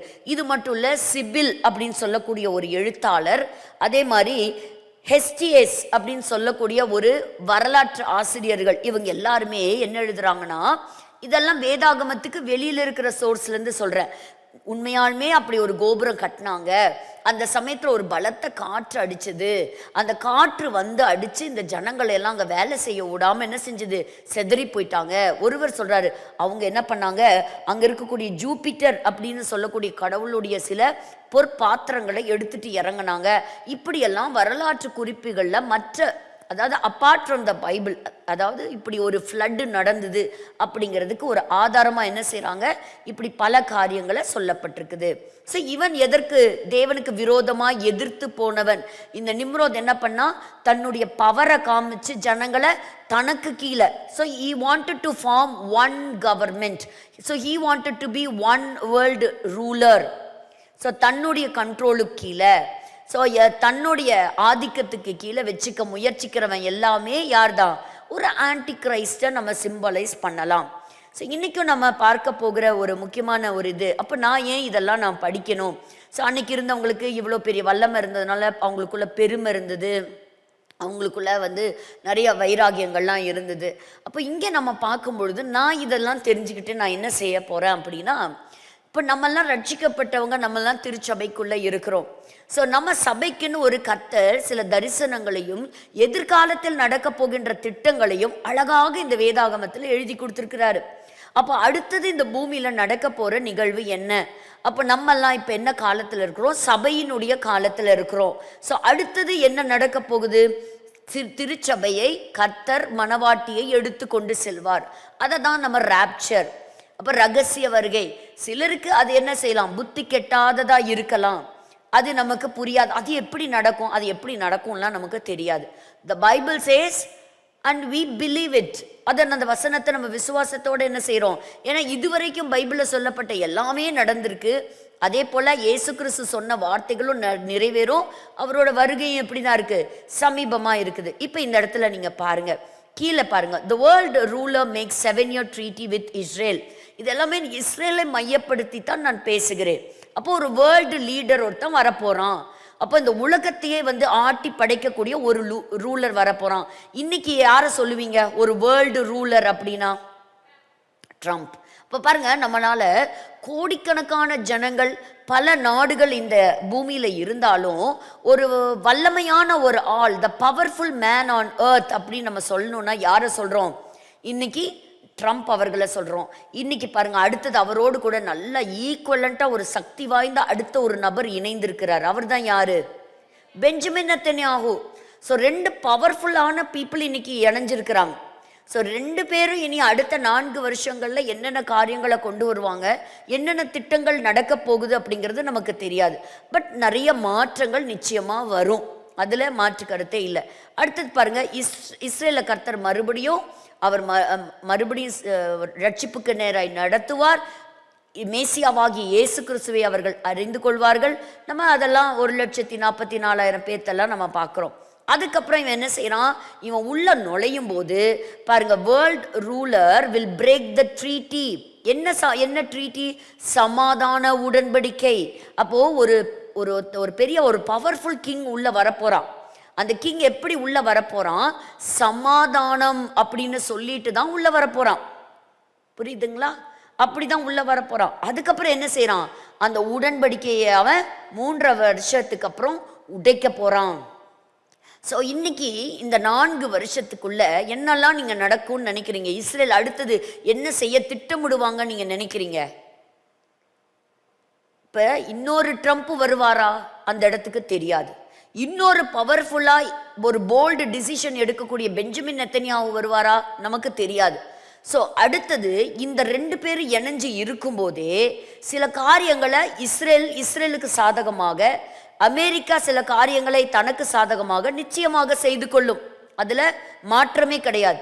அப்போ இஸ்ரேல் இந்த காலங்களை பயன்படுத்தி அடுத்தது என்ன செய்ய நினைப்பாங்கன்னா, கட்டாயம் ஒரு 3வது தேவாலயத்தை கட்டுவது தான் அவர்களுடைய மிக மிக முக்கியமான குறிக்கோள். நீங்க இஸ்ரேல் நாட்டுக்குள்ள போனீங்கன்னா அவங்க எல்லாமே 3ஆம் தேவாலயத்துக்கான எல்லா பொருளையும் அவங்க செய்து ரெடியா வச்சிருக்கிறாங்க. அவங்களுக்கு இடம் மட்டும் அலோகேட் ஆயிடுச்சுன்னா போதும், விட்டா ராத்திரியோட ராத்திரியா கட்டிடுவாங்க. அந்த அளவுக்கு இருக்கிறாங்க. ஏன்னா அவங்களுக்கு அந்த தேவாலயம் வேணும். ஸோ பட் இதெல்லாம் இது அவங்க எங்கேயோ கட்டிட்டு போகிறாங்க அப்படின்னு நான் சொல்லிட்டு இருக்கக்கூடாது. ஏன்னா அதெல்லாம் எதுக்கு ஒரு அடையாளம்? சபையினுடைய முடிவு காலத்திற்கு அடையாளம். ஸோ புறஜாதிகளுக்கு கொடுக்கப்பட்ட காலம் நிறைவேறி இஸ்ரவேலர்களுக்காக இன்னைக்கு அவருடைய ஃபோக்கஸ் திரும்பியாச்சு. ஆண்டவர் இஸ்ரேலை கட்டிக்கிட்டு இருக்கிறாரு. ஒரு பக்கத்துல நம்ம பார்க்கிறோம் எல்லா கோத்திரத்து மக்களும் தேசத்தை நோக்கி புறப்பட்டு வர ஆரம்பித்து விட்டார்கள். பல இடத்துல இருந்து அவங்க எந்த கோத்திரங்கிறது எக்ஸாக்டா ஐடென்டிஃபை பண்ண முடியலனாலும் பட் எல்லா விதமான தேசத்திலிருந்தும் மக்கள் வர ஆரம்பிச்சுட்டாங்க. ஒரு பக்கம் அந்த தேசம் இன்னைக்கு வல்லரசு நாடாக இன்னைக்கு எழும்பி நிற்கிறது. இன்னைக்கு அதை யாரும் ஒடுக்க முடியல. அடுத்தது இந்த தேசம் அடுத்த ஒரு சமாதான உடன்படிக்கை செய்து அவங்க என்ன செய்ய போறாங்க? ஒரு தேவாலயம். ஸோ சர்ச்சுக்கு இது ஒரு இம்பார்ட்டன்ட் மெசேஜ். பட் இதெல்லாம் தான் நம்ம என்ன செய்யறது இல்லை, காது கொடுத்து கேட்கறது. என்னமோ எங்கேயோ ஏதோ நடந்துட்டு போட்டோம் அப்படின்னு. But every thing will come to an end. அப்போ இந்த இடத்துல நம்ம பார்க்குறோம். ஸோ இஸ்ரேல் ஆண்டவர் திரும்பவும் ஒரு தேசமாக அவங்க என்ன செய்வாங்களாம், ஒரு மனுஷன் மனம் திரும்புறது போல முழு தேசமும் மனம் திரும்புவாங்க. அப்போ அடுத்தது இந்த எருசலேம் அட்டாக் ஆகிறது, இயேசு கிறிஸ்து வர்றது. இப்பவே நம்ம கோகு மாகோகு யுத்தங்களை பற்றியெல்லாம் பேசுகிறோம். ஸோ இந்த யுத்தங்கள்லாம் எப்போ நடக்கும்? சிலர் சொல்கிறாங்க ராப்சருக்கு முன்னாடி நடக்கும். இல்லை இவர்கள் அடுத்தது இந்த ட்ரிபுலேஷன் பீரியடில் நடக்கும். இப்படி பல்வேறு விதமான கருத்துக்கள் உண்டு. அதெல்லாம் எப்போ நடக்குங்கிறத பார்க்கலாம். ஆனால் நம்மளுடைய ஆண்டவருடைய திட்டம் என்ன? அவர் எஸ்டாப்ளிஷ் பண்ண போகிற அவருடைய 1000 வருட அந்த ஆட்சி, அது ஒரு பொற்காலமாக இருக்க போகிறது. பிசாசே இல்லாத ஒரு உலகங்க. அப்போ பாவம் கிடையாது, சாபம் கிடையாது, சாவு கிடையாது, பசி கிடையாது, இல்லையா? அப்படிப்பட்ட ஒரு காலத்திற்குள்ள இயேசு ராஜாவோட நம்ம இருக்க போகிற அந்த மகிமையின் காலம் 1000 வருஷம் பொற்காலம். எப்படி சாலமோனுடைய காலத்தை பொற்காலம் சொல்கிறோமோ அப்படி ஒரு இது. அப்புறம் அடுத்ததான் நடக்க போகிற என்னது? உயிர்த்தெழுதல், பிறகு நியாய தீர்ப்பு, and then the white throne judgement. இதெல்லாம் பிற்பாடு வரப்போகிறது. பட் இதில் நான் பார்க்குற ஒரு important word, that is call the world ruler. அப்போ ஒருவன் வரப்போகிறான். யார் அவன்? நமக்கு தெரியாது. அவன் யாரு நமக்கு தெரியாது. அவன் யூதனா இல்லைன்னா புறஜாதியானா? எப்படி யூதர்கள் புறஜாதியாரோட செய்வாங்க? அதெல்லாம் ஒவ்வொரு ஸ்டெப்பாக என்ன செய்யலாம், அனலைஸ் பண்ணலாம். அப்போ நம்ம இதெல்லாம் புரிஞ்சுக்கிறதுக்கு நம்ம என்ன செய்யணும்? ஏற்கனவே 2 பேரும் உள்ள வந்தாங்க பாருங்க. யார் அவங்க? நிம்ரோதும் ஆன்டியோகஸும் எபிஃபானஸும். இவங்க எப்படி வந்தாங்கன்னு நமக்கு தெரிஞ்சுதுன்னா நமக்கு இந்த பாடத்தை புரிஞ்சுக்கிறதுல நமக்கு நிறைய அர்த்தம் கிடைக்கும். ஸோ இந்த இடத்துல நம்ம பார்க்குறோம் இந்த மாகோக் இன்வேஷன். ஸோ ஏன் இதெல்லாம் பற்றி சொல்கிறேன்? ஏன்னு கேட்டால் இன்னைக்கு சைனா, ரஷ்யா இவங்கெல்லாம் ஈரானுடைய நண்பர்கள். இன்னைக்கு அமெரிக்கா, இஸ்ரேல் இவங்கெல்லாம் நண்பர்கள். இன்னைக்கு இப்படிப்பட்ட ஒரு சின்ன திருப்புமுனை நடக்குது. இவங்க எல்லாத்துக்கும், மிடில் ஈஸ்ட்ல இருக்கிறவங்க எல்லாத்துக்கும் ஒரு காமனா பகையாளியா பார்க்கறது இஸ்ரேல். உலக பிரச்சனையே இங்க தான் நடக்குது, இந்த மத்திய கிழக்குல தான் நடக்குது. இதைத்தான் எல்லாருமே கவனம் செலுத்தி பார்த்துக்கிட்டு இருக்கிறோம். அப்படின்னா இங்க ஏதோ ஒரு மாற்றத்தை, குழப்பத்தை ஆண்டவர் அனுப்புனாலும் ஆண்டவர் அங்க ஏதோ தன்னுடைய திட்டத்தை என்ன செய்யறாரு, அவர் நிறைவேற்றி கொண்டு வருகிறார். அப்போ என்ன செய்கிறோம்? இந்த டெம்பிள் ரீபில்ட், இங்கே அபாமினேஷன் ஆஃப் டிசலேஷன். இயேசு கிறிஸ்துவும் தானியேல் சொன்ன தீர்க்க தரிசனத்தை கோடிட்டு காட்டினாரு. அப்போ ஏற்கனவே நடந்த ஒரு சம்பவத்தை இயேசு கிறிஸ்து எல்லாருக்கும் புரியும்படியாக எல்லாம் ஹனுக்கா பண்டிகையை கொண்டாடினாங்க, இயேசுவும் கொண்டாடினார். அதுக்கு நம்ம யோவான்ல இருந்து ஆதாரமாக சில வசனங்களை நம்ம பார்த்தோம். ஆலயத்தின் பிரதிஷ்டை ஆராதனை, அந்த செலிப்ரேஷன்ல இயேசுவும் இருந்திருக்கிறாருங்கிறத நம்ம பார்த்துருக்குறோம். அப்போ அந்த காலகட்டங்களில் இயேசு உங்களுக்கு நினைப்பூட்டுகிறார். தானியேல் உங்களுக்கு நினைப்பூட்டி சொன்னானே, அதை நீங்க மறந்துடாதீங்க அப்படிங்கிறத சொன்னோம். அப்போ அபாமினேஷன் ஆஃப், எப்படி இந்த தேவாலயம் அசுத்தப்பட்டது, கிரேட் ட்ரிபுலேஷன், ஒரு உபத்திரவ காலம், மகா உபத்திரவ காலம். அதற்கப்புறம் இயேசு கிறிஸ்துவினுடைய பகிரங்க வருகை. இப்போ இயேசு கிறிஸ்துவுடைய ரகசிய வருகை தான் எப்பன்னு தெரியாது. ஆனா அது தெரிஞ்சிருச்சுன்னா இயேசு கிறிஸ்துவுடைய 2ஆம் வருகை எப்பன்னு நம்ம எல்லாரும் கண்டுபிடிச்சுக்கலாம். எப்ப வரும்? கரெக்டா 7 வருஷம் கழிச்சு இயேசு கிறிஸ்துவுடைய 2ஆம் வருகை. அப்போ இந்த ராப்சர் தான் அடுத்தது இமீடியட்டா நடக்க வேண்டிய ஒரு சம்பவம். அப்போ எனக்கு அதுக்கு முன்னாடியே என்ன ஆகலாம், ஒருவேளை வேர்ல்ட் லீடர் ரெடி ஆயிருக்கலாம். அப்போ நம்ம இன்னும் இந்த காரியங்கள்லாம் புரியாதவர்களா நம்ம இருந்து நம்ம என்ன செஞ்சிடக்கூடாது, நம்மளோட காலிங்கை நம்ம மிஸ் பண்ணிடக்கூடாது. ஸோ அதற்காக தான் நம்ம என்ன செய்கிறோம், இந்த பழைய பாடங்களையும் பழைய ஹிஸ்டாரிக்கல் டேட்டாவையும் நம்ம எடுத்து நம்ம பார்க்குறோம். ஸோ நம்ம 2 விதமான இன்வேஷன். இதை நம்ம நிறைய படிச்சிருக்கோம். எசேக்கியேல் 38, 39 பார்த்துருக்குறோம். நீ வரக்கூடியதெல்லாம் நம்ம பார்க்கலாம். சரி, இப்போ இவன் எப்படி இருப்பான்னு நான் சொல்லிட்டு ஆன்டியோகஸ் எபிஃபானஸ் உடைய ஒரு அறிமுகத்தை நான் உங்களுக்கு தருகிறேன். முதல்ல நம்ம பார்க்கும்போது இந்த ஆன்டி கிரைஸ்ட் அப்படின்னு சொல்றவன் அவன் ஒரு உயர்ந்த பதவிக்கு, அதிகாரத்துக்கு வருவான். நிம்ரோத் இருந்தானா? he rise to power. அவங்கிட்ட பவர் இருந்ததுக்கு என்ன ஆதாரம்? ஏன்னா அவன் பலத்த வேட்டைக்காரன். அவனும் he was a very strong minded person, he was a very bold person. அப்படி இருந்தான். ஸோ அப்படி ஒருத்தன் தான் என்ன செய்ய முடியும்? Anti Christ. அப்போ நம்ம எல்லாருக்குமே தெரியும், வேதாகமத்தில் எப்படி இயேசு கிறிஸ்து ஒரு பரிசுத்த வித்து, ஆதியாகமம் 3:15 வாசிக்கிறோமோ அதே போல அந்தி கிறிஸ்துவும் ஏற்கனவே ப்ராமிஸ் பண்ணப்பட்டிருக்கிற அவன் அந்த சுத்த வித்து, அதை மறந்துடக்கூடாது. ஸோ ஆன்டி கிரைஸ்ட் என்ன பண்ணுவான்? இப்போ யோவான்லாம் எழுதும்போது தன்னுடைய 3 எபிசல்ஸில் எழுதும்போதும் ஆன்டி கிரைஸ்ட்டை குறித்து தான் அறிமுகம் சொல்கிறார். ஏற்கனவே வந்தாயிற்று அப்படின்னா என்ன அர்த்தம்? அவன் கிட்டத்தட்ட 6000 வருஷ காலங்களாக தன்னுடைய அந்தி கிறிஸ்துவினுடைய ஆட்சியை பலவித தலைவர்கள் மூலமாக, தன்னுடைய ஆவிகள் மூலமாக செயல்படுத்திட்டே தான் வர்றான். அவன் ஒரு பக்கம் என்ன செய்கிறான்? நம்ம என்னைக்கு சபை தூங்குதோ அன்னைக்கு பிசாசு ஆக்டிவ் ஆயிடுவான். இன்னைக்கு சபை தூங்குதா முழிச்சிருக்கா தெரியல இல்லை? சரி, நம்ம தூங்காமல் என்ன செய்யலாம்? நம்ம ஆண்டவருடைய சமூகத்தில் நம்ம தேட வேண்டிய கால கட்டாயத்துக்குள்ளே இருக்கிறோம். இன்னைக்கு உலகத்தில் எத்தனையோ காரியங்களை தேட ஆரம்பிச்சிட்டோம். ஸோ பெருமைக்குரிய காரியங்கள், இன்னைக்கு பணத்துக்குரிய காரியங்கள் இல்லை.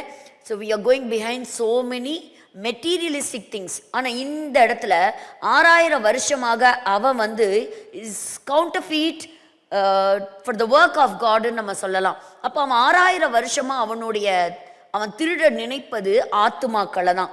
அப்போ பாருங்க, கடைசி நாள்ல சாத்தான் என்ன செய்ய போறான் பாருங்க. எப்படி இயேசு கிறிஸ்து இந்த பூமிக்கு வந்தாரோ அதே போல தன்னுடைய சப்ஸ்டிடியூட்டா ஒரு அந்தி கிறிஸ்துவை, ஒரு மனிதனை இந்த பூமியிலே அவன் எழுப்புவான். அவன் நிச்சயமாக அவன் என்ன செய்வான்? அதிகாரத்துல அவன் உட்காருவான்.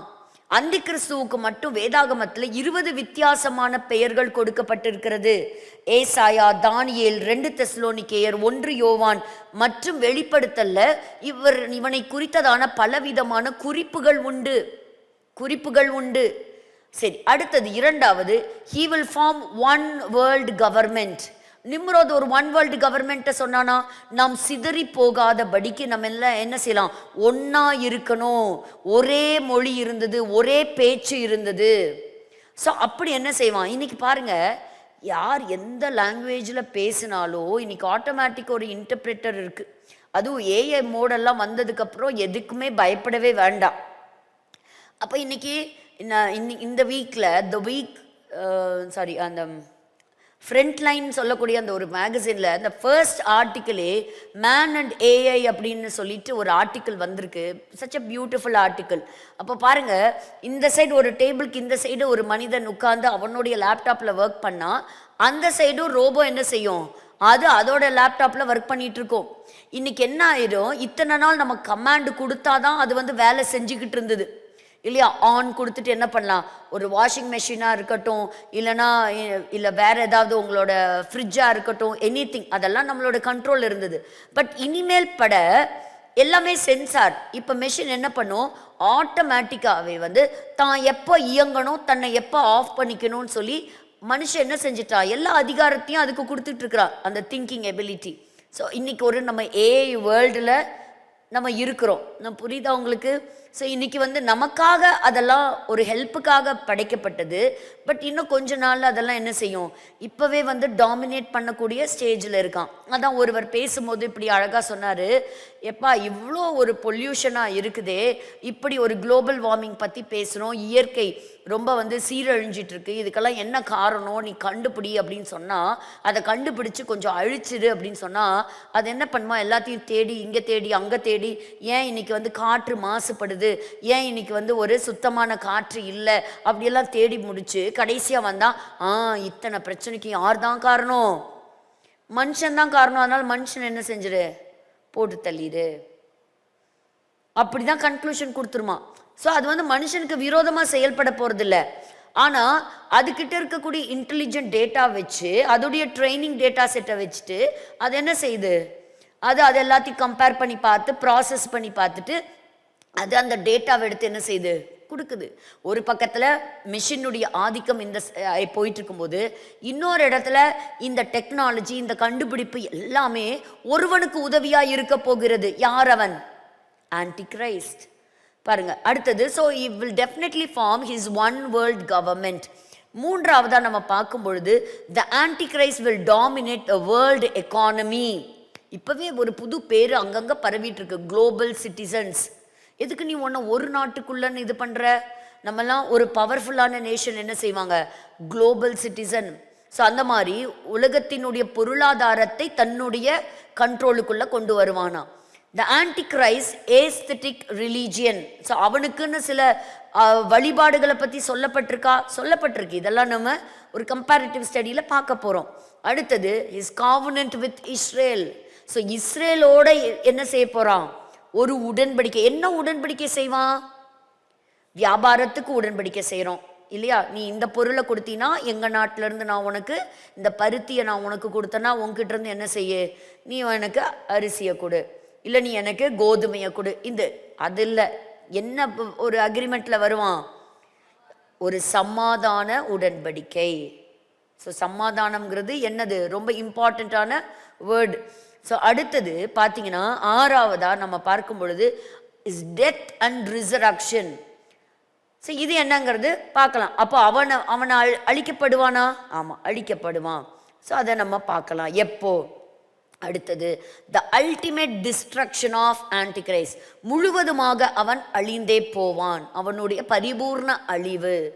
ஸோ இது இப்படி இத்தனையும் கொண்ட ஒரு ஆன்டிகிரைஸ்ட், ஒரு வேர்ல்டு ரூலர், ஒரு சர்வாதிகாரி, ஒரு ஹிட்லரை விட மோசமானவன், இதுவரைக்கும் இந்த உலகம் பார்க்காத ஒரு மோசமான ஒரு லீடரா என்ன செய்வான், அவன் உள்ள என்ட்ராக போறான். இந்த இன்ட்ரடக்ஷனுக்கே நமக்கு இவ்வளோ நேரம் ஆயிடுச்சு. சரி, இப்படி பலவிதமான ராஜ்யங்களும் பலவிதமான அதிகாரங்களும் வந்தது. நான் இன்னைக்கு உங்களுக்கு இதெல்லாம் உங்களுக்கெல்லாம் தெரிஞ்சதை நான் என்ன செய்ய போகிறதில்ல, நான் இங்கே பேச போகிறது கிடையாது. பட் நான் டைரெக்டாக நம்ம எங்கே போகிறோம், ஆன்டியோகஸ் எபிஃபானஸ் ப்ளஸ் ஆன்டிகிரைஸ்ட் எப்படி வசனத்தில் டிஃப்ரென்ஷியேட் பண்ணுறது. அதாவது தானியல் புஸ்தகத்தில் நிறைய சிறிய கொம்புன்னு வரும். ஒரு கொம்பு அலெக்சாண்டரை குறிக்கலாம், ஆனால் ஒரு கொம்பு ஆன்டியோகஸ் எபிஃபானஸை குறிக்கலாம். ஒன்று வரப்போகிற அந்தி கிறிஸ்துவை குறிக்கலாம். ஸோ இந்த தானியல் புஸ்தகத்தை பார்த்தீங்கன்னா நம்முடைய பைபிளில் எங்கே வச்சிருக்கிறோம் அப்படின்னா, பெரிய தீர்க்க தரிசன புஸ்தகங்களினுடைய கடைசி பெரிய தீர்க்க தரிசன 5வது புத்தகமாக இருப்பது தானியேல். ஆனால் எபிரேயர்களுடைய இதில் அது அந்த அளவுக்கு பெரிய ஒரு கேரியர் இல்லை. ஏன்னு கேட்டால் அவங்க பாபிலோன் தேசத்துக்கு கொண்டு போகப்பட்டவங்க, சிறையிருப்பின் காலத்தில் இருந்து எழுதப்பட்டது, அப்படி கருதப்படக்கூடிய ஒரு புஸ்தகமாக இருக்கு அப்படின்னு கூட சொல்றாங்க. அப்போ இந்த இடத்துல நம்ம பார்க்கும் பொழுது தி கிரேட் வேர்ல்டு கிங்டம்ஸ், அப்போ பாருங்க ஒவ்வொன்றும் ஒவ்வொரு விதமான ஒரு ஸ்டாச்சு. இது எல்லாம் சேர்ந்து என்னவா இருக்கு, ஒரே உருவமா இருக்கா? இந்த மொத்தத்தையும் ஒரு மனிதன் அப்படி சொல்லலாமா? ஒரு மனிதன். அந்த மனிதன்ல வேணா தலை தங்கம், அப்புறம் சில்வர், அப்புறம் பிரான்ஸ், அப்புறம் அயன் அப்படி எல்லாம் சொல்லலாம். ஆனா இதை பார்த்தோன்னே என்ன சொல்வீங்க, இத்தனையும் கலந்து ஒருவன் வருவான். he will form one ruler, one world government. அத்தனையும் முழுவதுமாக கொண்ட, ஏன்னா எக்கானமி தங்கம் அவன் கையில தான் இருக்கும். இரும்பு கோலால் அவன் என்ன செய்வான், ஆட்சி செய்வான். அவன் வைக்கிறது தான் சட்டம், அப்படி இருக்கும். ஸோ அதே போல அவனுடைய ஆட்சி இரும்பு போல இருக்கும். இப்படி பலதும் சேர்ந்து தான் என்னது. So there is a one person who will come again. அப்போ நம்ம எல்லாருக்குமே தானியேலுடைய புஸ்தகத்தில் நம்ம பார்க்குறோம். அப்போ இந்த 3 முறை என்ன செஞ்சாங்க, எருசலேம் மேலே படையெடுத்து கைப்பற்றினார். இப்போ முதல்ல நேபுகாத் நேச்சர் படையெடுத்து எருசலேமுக்கு அகேன்ஸ்டாக வரும்போது அப்போ அவருக்கு ஒரு செய்தி வருது, உங்கள் அப்பா செத்து போயிட்டாரு, நேபோ பொலாசர், அப்போ அவர் இறந்து போயிட்டார். அப்படின்னோடனே அந்த செய்தினால தான் திரும்பி போனார். அப்படி திரும்பி போகும்போது கொஞ்சம் பொருள் எடுத்துகிட்டு போனார், கொஞ்சம் மக்களை தன்னுடைய ஃபர்ஸ்ட் ட்ரிப்பில் கொண்டு போனார்.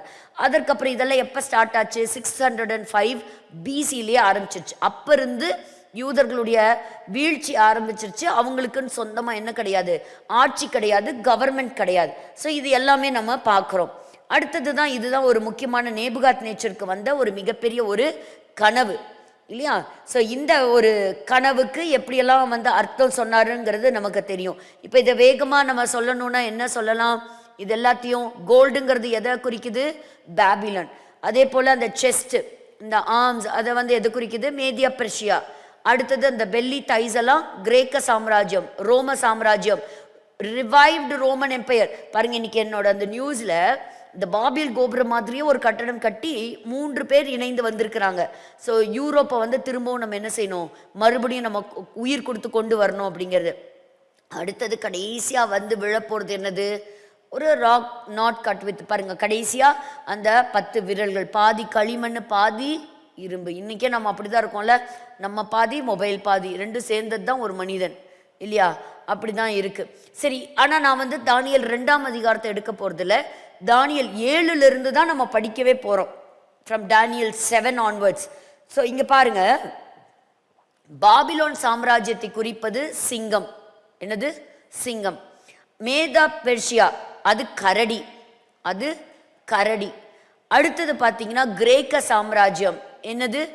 அது சிறுத்தை, சிவிங்கி. அடுத்தது பார்க்குறோம் ரோம், அது ஒரு வித்தியாசமான பயங்கரமான ஒரு மிருகம். அப்புறம் வந்து இந்த 10 கொம்பு. ஸோ இப்போ இதிலிருந்து தான் நம்ம பார்க்க போகிறோம். These are the 4 beast. அதாவது நேபுகாத் நேச்சருக்கு வந்த கனவுக்கு அப்புறம் 50 வருஷம் கழிச்சு தான் தானியேலுக்கு இந்த தரிசனம் வருது. புரியுதுங்களா? எப்படிங்க? ஆல்மோஸ்ட் so many இயர்ஸ்க்கு அப்புறம் தான் அந்த இது தரிசனமா யாருக்கு ரிப்பீட் ஆகுது?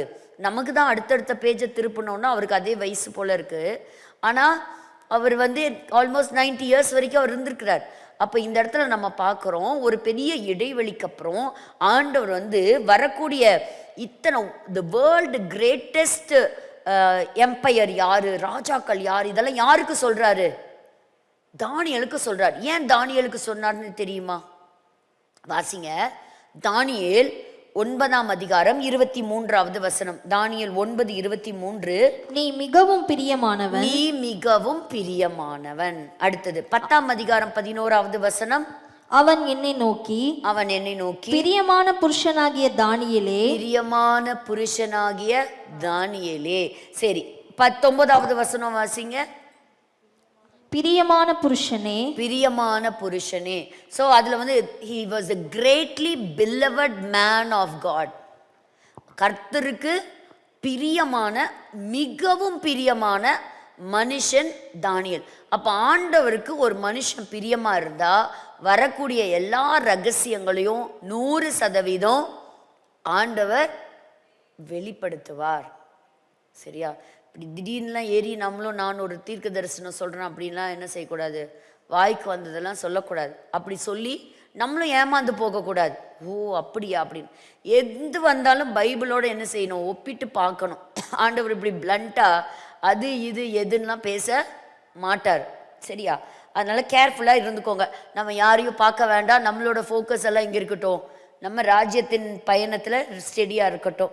சரி சரி, அடுத்தது பார்க்குறோம். அப்போ he was the greatly beloved man of God. So இது உங்களுக்கு புரிஞ்சுதா? இந்த சிவங்கி, இந்த 4 படம், இந்த 4 beast ரொம்ப இம்பார்ட்டண்ட்டுங்க, நம்ம தெரிஞ்சுக்க வேண்டியது. இப்போ நான் வந்து இப்போ பாருங்க, இந்த இடத்துல இந்த கரடி, இந்த கரடி எதை குறிக்குது? மேதிய பெர்ஷியா. தன்னுடைய வாயில வைத்திருந்த 3 ரிப்ஸை பற்றி படிக்கிறோம். அந்த 3 ரிப்ஸ் என்னன்னு நான் சொல்கிறேன், கேட்டுக்கோங்க. ஒன்று, இப்போ லீதியன் கிங்டம், லீதியன் கிங்டமா, அதான் 3 ராஜ்யங்கள் அவங்களுடைய பற்களில். ஏன்னா அந்த அந்த ராஜ்யத்தை பற்றி நீங்கள் படிக்கும்போது பார்த்தீங்கன்னா 7ஆம் அதிகாரம் 5வது வசனம், தானியேல் வாசிக்கலாம். 7ஆம் அதிகாரம் 5வது வசனம். பின்பு கரடிக்கு ஒப்பாகிய வேறே 2ஆம் மிருகத்தை கண்டேன். அது ஒரு பக்கமாய் சாய்ந்து நின்று தன் வாயின் பற்களுக்குள்ளே 3 விலா எலும்புகளை கவ்விக் கொண்டிருந்தது. 3 விலா எலும்புகளை கவ்விக் கொண்டிருந்தது. எழும்பி வெகு மாம்சம் தின்னென்று அதற்கு சொல்லப்பட்டது. வெகு மாம்சத்தை தின்னென்று அப்படின்னு என்ன அர்த்தம்? It expanded it's kingdom. So அந்த அளவுக்கு. அப்போ இது என்ன சொல்றாங்கன்னா, லீதியன் கிங்டம், அப்போ இது கோரேஸ் மன்னன் which fell to Cyrus in 546 BC. அடுத்தது சால்தியன் எம்பையர், அது என்ன பண்ணாங்களாம், அவங்களுடைய ராஜ்யத்தோட இணைச்சிக்கிட்டாங்களாம் 539 BC. அதற்கப்புறம் வந்தது எகிப்து, எஜிப்சியன் எம்பையர். அதை என்ன செஞ்சாங்கன்னா கேம்பசிஸ் அப்படின்னு சொல்லக்கூடிய அந்த ராஜாக்கு கீழே என்ன செஞ்சாங்களாம் 525 BCக்கு கீழே அதை இணைத்து கொண்டார்களாம். சரி, இப்போ நம்ம இந்த மேதியா பர்ஷியா இவங்களை பற்றியெல்லாம் நம்ம படிக்க போகிறதில்ல. அடுத்தது இந்த லெப்பர்டை பற்றி நம்ம வர்றோம். ஸோ அடுத்தது இது எந்த ராஜ்யம்? கிரேக்க ராஜ்யம். கிரேக்க ராஜ்யம் நம்ம எல்லாருக்குமே தெரியும், 4 பேர்த்துக்கு உடஞ்சுது. அது ஆன்டிபேட்டர், லிசிமேக்கஸ், செலுக்கஸ் அண்ட் டாலமி. ஸோ இதெல்லாம் நமக்கு தெரியும். இதிலிருந்து வந்தவன் தான் யாருங்க? ஸோ நம்ம இன்னைக்கு இதுதான் நம்ம பார்க்க போகிற வில்லன். ஸோ இந்த வில்லனை பற்றி தான் நம்ம தெரிஞ்சுக்கணும். இந்த வில்லன் பற்றி தெரிஞ்சுக்கிறதுக்கு இது எதுக்கெல்லாம் அடையாளமாக இருக்குது வரப்போகிற ஆன்டிகிரைஸ்ட். நான் ஒரு இன்ட்ரோ மட்டும் கொடுத்துட்டு நம்ம ஒரு சில நியூஸ் உண்டு, அதை மட்டும் வேகமாய் பார்த்து நம்ம முடிக்கலாம். அப்போது எப்படி இவன் உள்ளே நுழைஞ்சான் அப்படிங்கிறதுக்கு அதோடைய ஹிஸ்ட்ரி நான் உங்களுக்கு சொல்கிறேன். அதாவது இந்த 400 வருஷம் இடைவெளி இருக்கு இல்லையா, இந்த மல்கியாவுக்கும் மத்தேயுக்கும் இடைப்பட்ட காலத்தில் நடந்த சம்பவங்களை ஒரு வேலிடான ஒரு ஆத்தென்டிக் சோர்ஸ்லேருந்து எடுத்த யோசபஸுடைய அவருடைய வரலாற்று பக்கங்களை படித்து தான் நான் உங்களுக்கு சொல்கிறேன். இன்னும் நான் சில பட்டணங்களை பற்றி படிச்சிட்ருக்கிறேன். இன்னும் எனக்கு ஒரு தெளிவு கிடைக்கணும், அதை பற்றி நான் கொஞ்சம் மெட்டீரியல்ஸ் கேதர் பண்ணிகிட்ருக்கிறேன். அதுக்கப்புறம் நான் உங்களுக்கு சொல்கிறேன் எப்படியெல்லாம் இந்த சிட்டியெல்லாம் கனெக்ட் ஆகுது அப்படிங்கிற ஒரு மேப் ஸ்ட்ரக்சரோடு நம்ம படிக்கலாம். அப்போ இந்த இடத்துல நம்ம பார்க்கும்போது என்ன ஆச்சு அப்படின்னா, ஆன்டியோகஸ் எபிஃபானஸ் IV உடைய ஆட்சி இருந்த காலத்தில் எருசலேமில் யூதர்கள் இருந்தாங்க. அந்த சமயத்தில் பிரதான ஆசாரியனும் இருந்தான். அந்த பிரதான ஆசாரியன் இருந்தவருடைய பெயர் என்னன்னு கேட்டிங்கன்னா ஒனியாஸ். அவர் தான் ஹை ப்ரீஸ்ட். அப்போ அவர் மரித்து போகிறார். மரித்து போன பிறகு அவருடைய மகன் ரொம்ப சின்ன ஒரு குழந்தையா இருந்ததுனால அவனை கொண்டு அந்த பிரதான ஆசாரியனுடைய பட்டத்தில் வைக்க முடியலை. அதனால அந்த பிரதான ஆசாரியனுடைய பட்டத்தை யாருக்கு கொடுக்குறாங்கன்னா அவனுடைய சகோதரனாகி ஜீசஸ்க்கு கொடுக்குறாங்க. அப்புறம் அது என்ன ஆகுது, இந்த ஜீசஸ்க்கும் அன்னைக்கு இருந்த அந்த ஆன்டியோகஸ் எபிஃபானஸ்க்கும் சரியான ஒரு உறவு இல்லை. அப்போ அந்த சமயத்தில் இவங்கிட்ட இருந்து அந்த பதவியை பறிக்க நினைத்து இன்னொரு சகோதரன் இவங்களுக்கு இருந்தாங்க. அவனுடைய பெயரும் என்னன்னா ஓனியாஸ் தான். அவனுக்கு கொண்டு என்ன செய்யறானா இந்த பிரதான ஆசாரியனுடைய பட்டத்தை அங்கு டிரான்ஸ்ஃபர் ஆகுது. உங்களுக்கு புரியுதா? ஒரு தேவாலயம் இருந்தால் தேவாலயத்துக்கு என்ன இருக்கும், ஒரு பிரதான ஆசாரியன். பிரதான ஆசாரியன் எந்த கோத்திரத்திலேருந்து வருவார்? லேவி கோத்திரத்தில். முக்கியமாக எந்த ஃபேமிலி? ஆரோன் ஃபேமிலியிலேருந்து வர்றவங்க மட்டும்தான் பிரதான ஆசாரியன். மற்றவங்களாம் ஆசாரியர்கள், இவங்க பிரதான ஆசாரியன். அப்படி இருந்த சமயத்தில் தான் இந்த இடத்துல இந்த ஜீசஸ் தன்னுடைய பேரை ஜேசன் அப்படின்னு சொல்லி மாற்றிக்கிறாரு. அதே போல் இந்த ஒனியாஸ் அப்படின்னு சொல்லக்கூடியவர் மெனிலாஸ் அப்படின்னு சொல்லக்கூடிய பேர் தனக்கு மாற்றிக்கிறார், மெனேலாஸ். இப்படி இந்த ஜேசனுக்கும் மெனேலாஸுக்கும் இடையில ஒரு பெரிய ஒரு பிரிவு வருது. தி ரிபல் அகெயின்ஸ்ட் ஒன் another. அவங்களுக்குள்ள சில சண்டைகள் வருது. சண்டைகள் வரும்போது அன்னைக்கு இருந்த யூத மக்கள் 2 கூட்டமாக பிரிஞ்சிடுறாங்க. எருசலேமில் கூட்டமாக பிரிஞ்சு கொஞ்சம் பேர் ஜேசனுக்கு ஆதரவாகவும் கொஞ்சம் பேர் இந்த ஒனியாஸுக்கு ஆதரவாகவும் என்ன செஞ்சிட்டாங்க, பிரிஞ்சு போகிறாங்க. அப்போ ஒரு பெரிய கூட்டம் இந்த ஜேசனுக்கு ஆதரவாக வருது. ஆனால் ஒரு சின்ன கூட்டம் அதில் ஒரு முக்கியமான ஒரு ஃபேமிலியை பற்றி சொல்லப்பட்டிருக்குது. சன்ஸ் ஆஃப் தொபியாஸ், தொபியாவினுடைய குமாரர்கள். அன்னைக்கு ஒரு இன்ஃப்ளூயன்ஷியலான ஒரு சின்ன கம்யூனிட்டி. இவங்க இந்த மெனேலாஸோட சேர்ந்துக்கிறாங்க. சேர்ந்த பிறகு இவங்க என்ன பண்ணுறாங்க, பெரிய கூட்டம் அந்த சைட் ஜேசனுக்கு போனதுனால ஆன்டியோகஸ் எபிஃபானஸை சந்தித்து தந்திரமான வழியில் அவனுக்கு ஆதரவு தெரிவிக்கிற எங்களை என்ன செய், நீ ஹை ப்ரீஸ்டாக வச்சிரு, நாங்கள் என்ன செய்கிறோம், உனக்கு ஆதரவாக நாங்கள் இருக்கிறோன்னு சொல்லி இந்த பொல்லாத ஒரு விக்கெட் கிங் அவன்கிட்ட போய் ஒரு ஆதரவை தேடி போனாங்க யூதர்கள். அப்போ அவங்க செய்த மிகப்பெரிய தவறு என்ன தெரியுமா? அவங்கிட்ட போய் சொன்னாங்க, நாங்க எங்களுடைய யூத கலாச்சாரத்தை விட்டு நாங்க வெளியே வர்றோம், நாங்க கிரேக்க கலாச்சாரம் இன்னைக்கு உலகம் முழுவதும் பரவிட்டு வருது, அதனால நாங்க இந்த கிரேக்க கலாச்சாரத்தை நாங்க மாறிக்கிறோம் அப்படின்னு சொல்லிட்டு நாங்க விருத்த சேதனம் இல்லாதவர்களை போல அங்க காண்பிச்சுக்கிட்டாங்களாம். அப்போ ஆன்டியோக்கஸ் எப்பிஃபானஸை பிரியப்படுத்துறதுக்கு அந்த நாட்கள்ல ஒரு பெரிய ஜிம்னாசியம் கட்டி தரேன்னு சொல்றாங்க. அந்த ஜிம்னாசியம்ல எப்படி இருக்கணும்னா ஆண்கள் நிர்வாணமா இருக்கணும். அப்படி இருக்கும்போதும் இவங்க என்ன செய்வாங்களாம், தங்களுடைய பிறப்பு உறப்பு விருத்த சேதனம் பண்ணப்பட்டதை வெளியே காட்டிக்காம மற்ற கிரேக்கர்களை போல பாவிச்சுக்கிட்டாங்களாம் இந்த யூதர்கள். இப்படி தேவனுக்கு விரோதமான சில பாவங்களையும் என்ன செஞ்சாங்க, கொண்டு வந்தாங்க. இதெல்லாம் எதனால அப்படின்னா இந்த உள்நாட்டு பாலிடிக்ஸ் தான், வேற ஒன்றும் கிடையாது. ஸோ இந்த ஆன்டியோக்கஸ் அந்த நேரத்தில் இதை பயன்படுத்தி கொண்டான். அவங்களுக்குள்ள ஒற்றுமை இல்லை, பதவி ஆசை இருந்தது, பகை உணர்வு அவங்களுக்குள்ள இருந்தது. இது எல்லாத்தையும் பார்த்த ஆன்டியோக்கஸ் இவங்களுக்கு ஆதரவாகவே செயல்பட்டான். ஒரு முறை ஆன்டியோக்கஸ் அந்த சமயத்தில் எகிப்து மேலே படையெடுத்து எகிப்தை கைவசப்படுத்திக்கிறதுக்காக போனான். அப்படி இருக்கும்போது எகிப்துக்கு அகேன்ஸ்டாக போகும்பொழுது அந்த சமயத்தில் இந்த டாலமியினுடைய மகன் அவன் பெருசாக ஒரு எஃபிஷியண்ட்டான ராஜா இல்லை. அவனால் சில சூழ்நிலைகளை சமாளிக்க முடியாது அப்படின்னு தெரிஞ்சுக்கிட்டு அந்த இடத்துல ஒரு பெரிய படையை கூட்டிட்டு பெலுசியம் அப்படின்னு சொல்லக்கூடிய இடத்துக்கு அவன் போனான். யாரு? ஆன்டியோக்கஸ். ஸோ இது ஒரு பக்கம் யூதர்கள் இப்படி இருக்கிறாங்க. ஆன்டியோக்கஸ் இப்போ யார், அவனுடைய பார்வையெல்லாம் எங்கே இருக்குது? எகிப்து மேலே இருக்குது. எகிப்துக்கிட்ட சண்டை போட்டுட்டு அங்கே போய் அந்த எகிப்தை பிடிக்கிறதுக்காக போகிறான். அந்த சமயத்தில் தான் டாலமே ஃபிலோமீட்டர், அவரும் ஒரு மன்னன் தான், அந்த இடத்துல மெம்பிஸில் போய் அதை கைப்பற்றி கொண்டு வேக வேகமாக எங்கே போகிறான்னா அலெக்சாண்ட்ரியாங்கிற ஒரு பட்டணத்தின் மேலே படையெடுத்து போகிறான். அப்படி போகும்பொழுது தான் அங்கே டாலமி மன்னனாக இருக்கிறாரு. ரோம அரசாங்கம் தலையிடுது. இன்னைக்கு எப்படி எல்லா விஷயத்துலையும் அமெரிக்கா தலையிடுதா, அந்த மாதிரி ரோம அரசாங்கம் தலையிட்டு இவனை நீ அலெக்சாண்ட்ரியா மட்டும் இல்லை எந்த ஊரையும் நீ எகிப்துக்குள்ள நீ பிடிக்கக்கூடாதுன்னு சொல்லி ரொம்ப கட்டாயப்படுத்தி இவனை என்ன பண்ணிட்டாங்க, வெளியேற்றிட்டாங்க. ஆன்டியோக்கஸ் எப்பிஃபானஸ் ஐயோ அவமானம் தாங்காம இந்த எகிப்துல தலை குனிஞ்சு இவன் முழுவதுமா அந்த எகிப்துலேருந்து வரும்போது அந்த சவுத்தில் இருந்தது இந்த எருசலேம் தான். எருசலேம்குள்ள வரும்போது ஏற்கனவே அங்கே பகை உணர்வு இருந்ததா, இவனுக்கு ஆனால் உள்ள ஆதரவாளர்கள் இருந்தாங்களா, அந்த ஆதரவாளர்களை இவனுக்கு கதவை திறந்து கொடுத்தார்களாம். அப்படித்தான் இவன் உள்ள அந்த எருசலேமை கைப்பற்றி எதிர்த்து போராடினவர்களை கொலை செய்து அதை முழுவதுமாக தன்னுடைய கண்ட்ரோலுக்குள்ள கொண்டு எருசலேம் ஆன்டியோக்கஸ் எப்பிஃபானஸால பிடிபட்டு போனது. இப்படி தான் உள்ள நுழைஞ்சான். ஸோ உள்ளே இருந்தக்கூடிய அவங்களுடைய விஷயத்தை வச்சு என்ன செஞ்சுக்கிட்டான், அதே அவன் பிடிச்சிக்கிட்டான். சரி, இப்போ நெக்ஸ்ட் வீக் நம்ம இதை முழுவதுமாக நம்ம பார்க்கலாம். ஸோ இந்த மிருகத்தினுடைய தன்மை என்ன, எந்த வசனம் யாரை பற்றி பேசுது, எப்படி நம்ம அண்டர்ஸ்டாண்ட் பண்ணிக்கணும், இன்றைக்கி நம்ம எந்த இடத்துல இருக்கிறோம் அப்படிங்கிறத நம்ம இன்னும் விவரமாக அடுத்த வாரம் பார்க்கலாம். ப்ரெசன்டேஷனுக்கு நேராக நம்ம போகலாம். இந்த வாரத்தில் ஒரு சில செய்திகள் தான் உண்டு.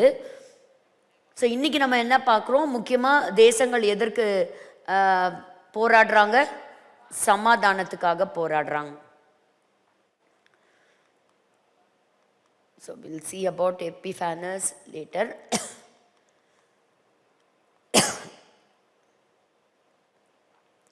ஸோ பாருங்கள், யுஎன் ஏஜென்சியோடு இருக்கக்கூடிய எல்லா கான்டாக்டையும் நாங்கள் கட் பண்ணுறோம் அப்படின்னு சொல்லி இஸ்ரேல் சொல்லுது. இதோடைய விவரம் பின்பாக நான் உங்களுக்கு சொல்கிறேன்.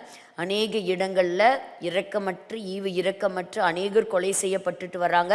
அதில் முக்கியமான சில நபர்கள் கொலை செய்யப்பட்டிருக்கிறாங்க. அதே போல் கத்தாரில் இருக்கக்கூடிய அமெரிக்காவுக்கு சொந்தமான தங்களுடைய படை கப்பல்கள் எல்லாமே எடுக்கப்பட்டிருக்கு. அதாவது எல்லாம் தயார் நிலையில் இருக்குது, அங்கேருந்து வேறு இடத்திற்கு மாற்றப்பட்டிருக்கிறதுன்னு சொல்கிறாங்க. ஸோ ஈரானுடைய அட்டாக் போன வாரம் நம்ம பார்த்தோம். ஐயோ இந்த வாரம் என்ன நடக்குமோ தெரியலையே, ஈரான் மேலே அமெரிக்கா போர் தொடுப்பேன்னு சொல்லியிருந்தாங்க. பட் ஈரான் மேலே போர் நடக்கலை. அது வரைக்கும் நம்ம ஆண்டவருக்கு நம்ம நன்றி சொல்லுவோம். ஆனால் எதனால இது ஸ்டாப் ஆச்சு அப்படிங்கிறது தெரியாது. ஆனால் ஒன்று நிச்சயம் என்ன அப்படின்னு கேட்டிங்கன்னா, அடுத்த 4 இயர்ஸுக்குள்ளே ஒரு வேளை ஆண்டவருடைய திட்டத்தில் சித்தத்தில் இருக்குமானால் இந்த இருவரும் சேர்ந்து பல உலகத்தின் காரியங்களை மாற்றுவதற்கான காரியங்கள் உண்டு. ஸோ கத்தாரும் அஃபிஷியலாக கன்ஃபார்ம் பண்ணது என்னன்னா, அமெரிக்கன் ஃபோர்ஸஸ் எல்லாமே அவங்களுடைய அமெரிக்கா, அதாவது கத்தாருக்குள்ள அமெரிக்கா தன்னுடைய இராணுவ தளத்தை வைத்திருக்கிறது. அந்த இராணுவ தளத்திலிருந்து இராணுவத்திற்கான அந்த ஏர்கிராஃப்டை அது எடுத்திருக்கு. ஸோ இது ஒரு வேளை இருக்குமா, அடுத்தது போருக்கு வருமானு தெரியல. அதே போல் கப்பல்களும் அந்த ரெட் சீல எல்லாம் ரெடியாக இருக்குன்னு சொல்கிறாங்க. ஸோ எல்லாமே ஆயத்த நிலையில் இருக்குது. ஒருவேளை போர் வரலாமா, இந்த போர் எந்த அளவுக்கு தொடரும் தெரியல. பாருங்க, ஈரான்லேயும் என்ன பண்ணியிருக்கிறாங்களாம், இரவோடு இரவாக அங்கே இருக்கக்கூடிய மிசைல்ஸ், ட்ரோன்ஸ் எல்லாத்தையும் வேற இடத்துக்கு அவங்க டிரான்ஸ்போர்ட் பண்ணியிருக்கிறாங்க அப்படின்னு ட்ரம்ப் சொல்கிறாரு. நானாக தான் ஒரு முடிவெடுத்தேன், என்ன செய்யலை, இந்த யுத்தத்தை நான் தொடரலை அப்படிங்கிறது. Might be some other plans. So அதே போல் பாருங்கள், இஸ்ரேல் நாட்டுக்குள்ளாரையும் ஈரான் ஒரு வேளை எப்போ வேணாலும் தாக்குதல் நடத்தலாம் அப்படின்னு சொல்லக்கூடிய அங்கே இருக்கக்கூடிய செய்திகளும் சொல்லப்படுது. அதனால் அவங்களுமே அவங்களுடைய ஏர்கிராஃப்ட் தயார் நிலையில் தான் இருக்குது. எல்லாரும் எதுக்கு ரெடியாக இருக்காங்க, யுத்தத்துக்கு தான் தயார் நிலையில் இருக்காங்க. இப்போ இந்த யுத்தம் ஸ்டாப் ஆகணும்னா என்ன தேவை, சமாதானம் தேவை. பாருங்கள், போன வாரம் நடந்த ஒரு மிகப்பெரிய ட்ராஜடியில் 2 சிறு பிள்ளைகள் எருசலேமில் கொலை செய்யப்பட்டிருக்கிறாங்க. 52 பேர்த்துக்கு மேலே இருக்கிறவங்க காயப்பட்டிருக்கிறாங்க. ஸோ மற்ற டர்க்கியாக இருக்கட்டும், மற்ற இருக்கக்கூடிய சோல்ஜர்ஸுக்கெல்லாம் ஒரு வார்னிங் கொடுத்துருக்கிறதையும் நம்ம பார்க்குறோம். அடுத்தது இதான் இந்த peace composed of world leaders. பாருங்க, நம்ம இன்னைக்கு பீஸ் பற்றி பேசணும்ல. ஸோ அவரும் பெஞ்சமின் நெத்தன்யாஹூ அந்த இன்வைட்டுக்கு அவர் எஸ் சொல்லியிருக்கிறாரு. ஸோ UNRWA அவங்களுடைய ஹெட் குவார்ட்டர்ஸ் எப்போ இந்த காசா பிரச்சனை தொடங்கினதுலேருந்தே யூஎன்னாக இருக்கட்டும், இந்த ஸ்ட்ரக்சராக இருக்கட்டும், இவங்களோட அவங்களுக்கு ஒரு சமாதானம் கிடையாது. அவங்க டெரரிஸ்டுக்கு ஆதரவாக இருக்கிறாங்க அப்படிங்கிறத குற்றச்சாட்டு இஸ்ரேல் தொடர்ந்து வச்சுக்கிட்டே இருந்தாங்க.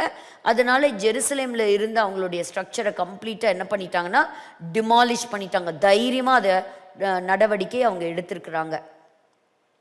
ஸோ அதே போல் இங்கே பார்க்குறோம், அமெரிக்கா கிட்ட வெப்பன்ஸ் இருக்குது, அது யாருக்குமே தெரியாதுன்னு சொல்கிறார். எப்படி அமெரிக்கா கிட்டேயும் இன்னும் வெளிவராத சில ஆயுதங்கள் இருக்கோ, இஸ்ரேலும் சொல்லுது எங்ககிட்டையும் இது வரைக்கும் நாங்கள் பயன்படுத்தாத சில ஆயுதங்கள் இருக்குது. இவங்க எல்லாரும் ஒவ்வொருத்தவங்களும் ஆயுதங்கள் எடுத்தால் என்ன ஆகும், அவ்வளோதான், ஒவ்வொருத்தங்களை அழிச்சிட்டு இருக்க வேண்டியது தான். So it is a critical incident at day care. So இங்கே பாருங்கள், இதெல்லாம் ரொம்ப ஒரு கொடுமையான ஒரு இது. தங்களுடைய பிள்ளைகளை இழந்து இன்னைக்கு ஈரான் நாட்டுக்குள்ளே நடந்த கலவரத்தில் கோடிக்கணக்கான மக்கள், ஒரு இடத்துல 12,000 சொல்கிறாங்க, அஃபீஷியலாக 3,000 சம்திங் சொல்கிறாங்க, சில 30,000 சொல்கிறாங்க. But the number is growing. இந்த ஈரான் தேசத்தினுடைய சமாதானத்திற்காக, அங்கே ஒரு ஆட்சி மாற்றத்துக்காக நம்ம தொடர்ந்து நம்ம ஜெபிக்கலாம், கட்டாயம் நம்ம ஜெபிக்கணும். பாருங்கள், பின்ன குவியல்களுக்கு நடுவிலே மக்கள் இருக்கிறாங்க. ஸோ அங்கே பார்க்குறவங்களெல்லாம் சுடுறாங்க. ஸோ இப்படி ஒரு பாதுகாப்பற்ற ஒரு தேசமாக இருக்குது. ஸோ கம்பெனியோடைய ஃபோர்ஸஸும் என்ன பண்ணுறாங்கன்னா, நைட்டில் யாரும் வெளியே வரவே கூடாது. வந்தாங்கன்னா எங்கே பார்த்தாலும் அவங்கள என்ன செய்கிறாங்க, அவங்க ஒரு குருவியை சுடுறது போல தான் அவங்க சுடுறாங்க.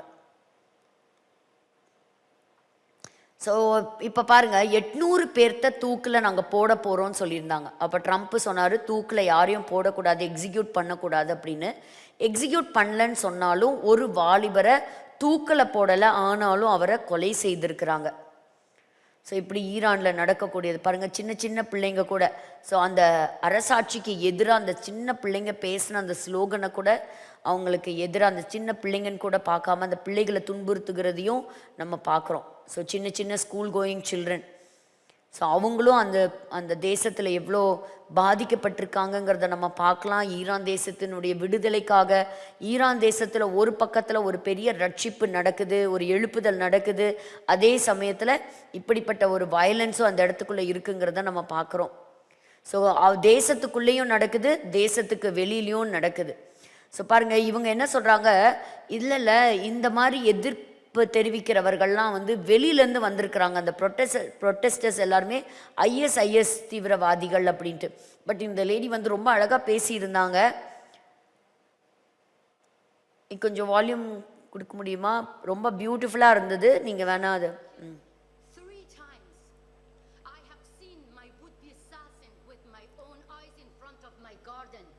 in my home in Brooklyn.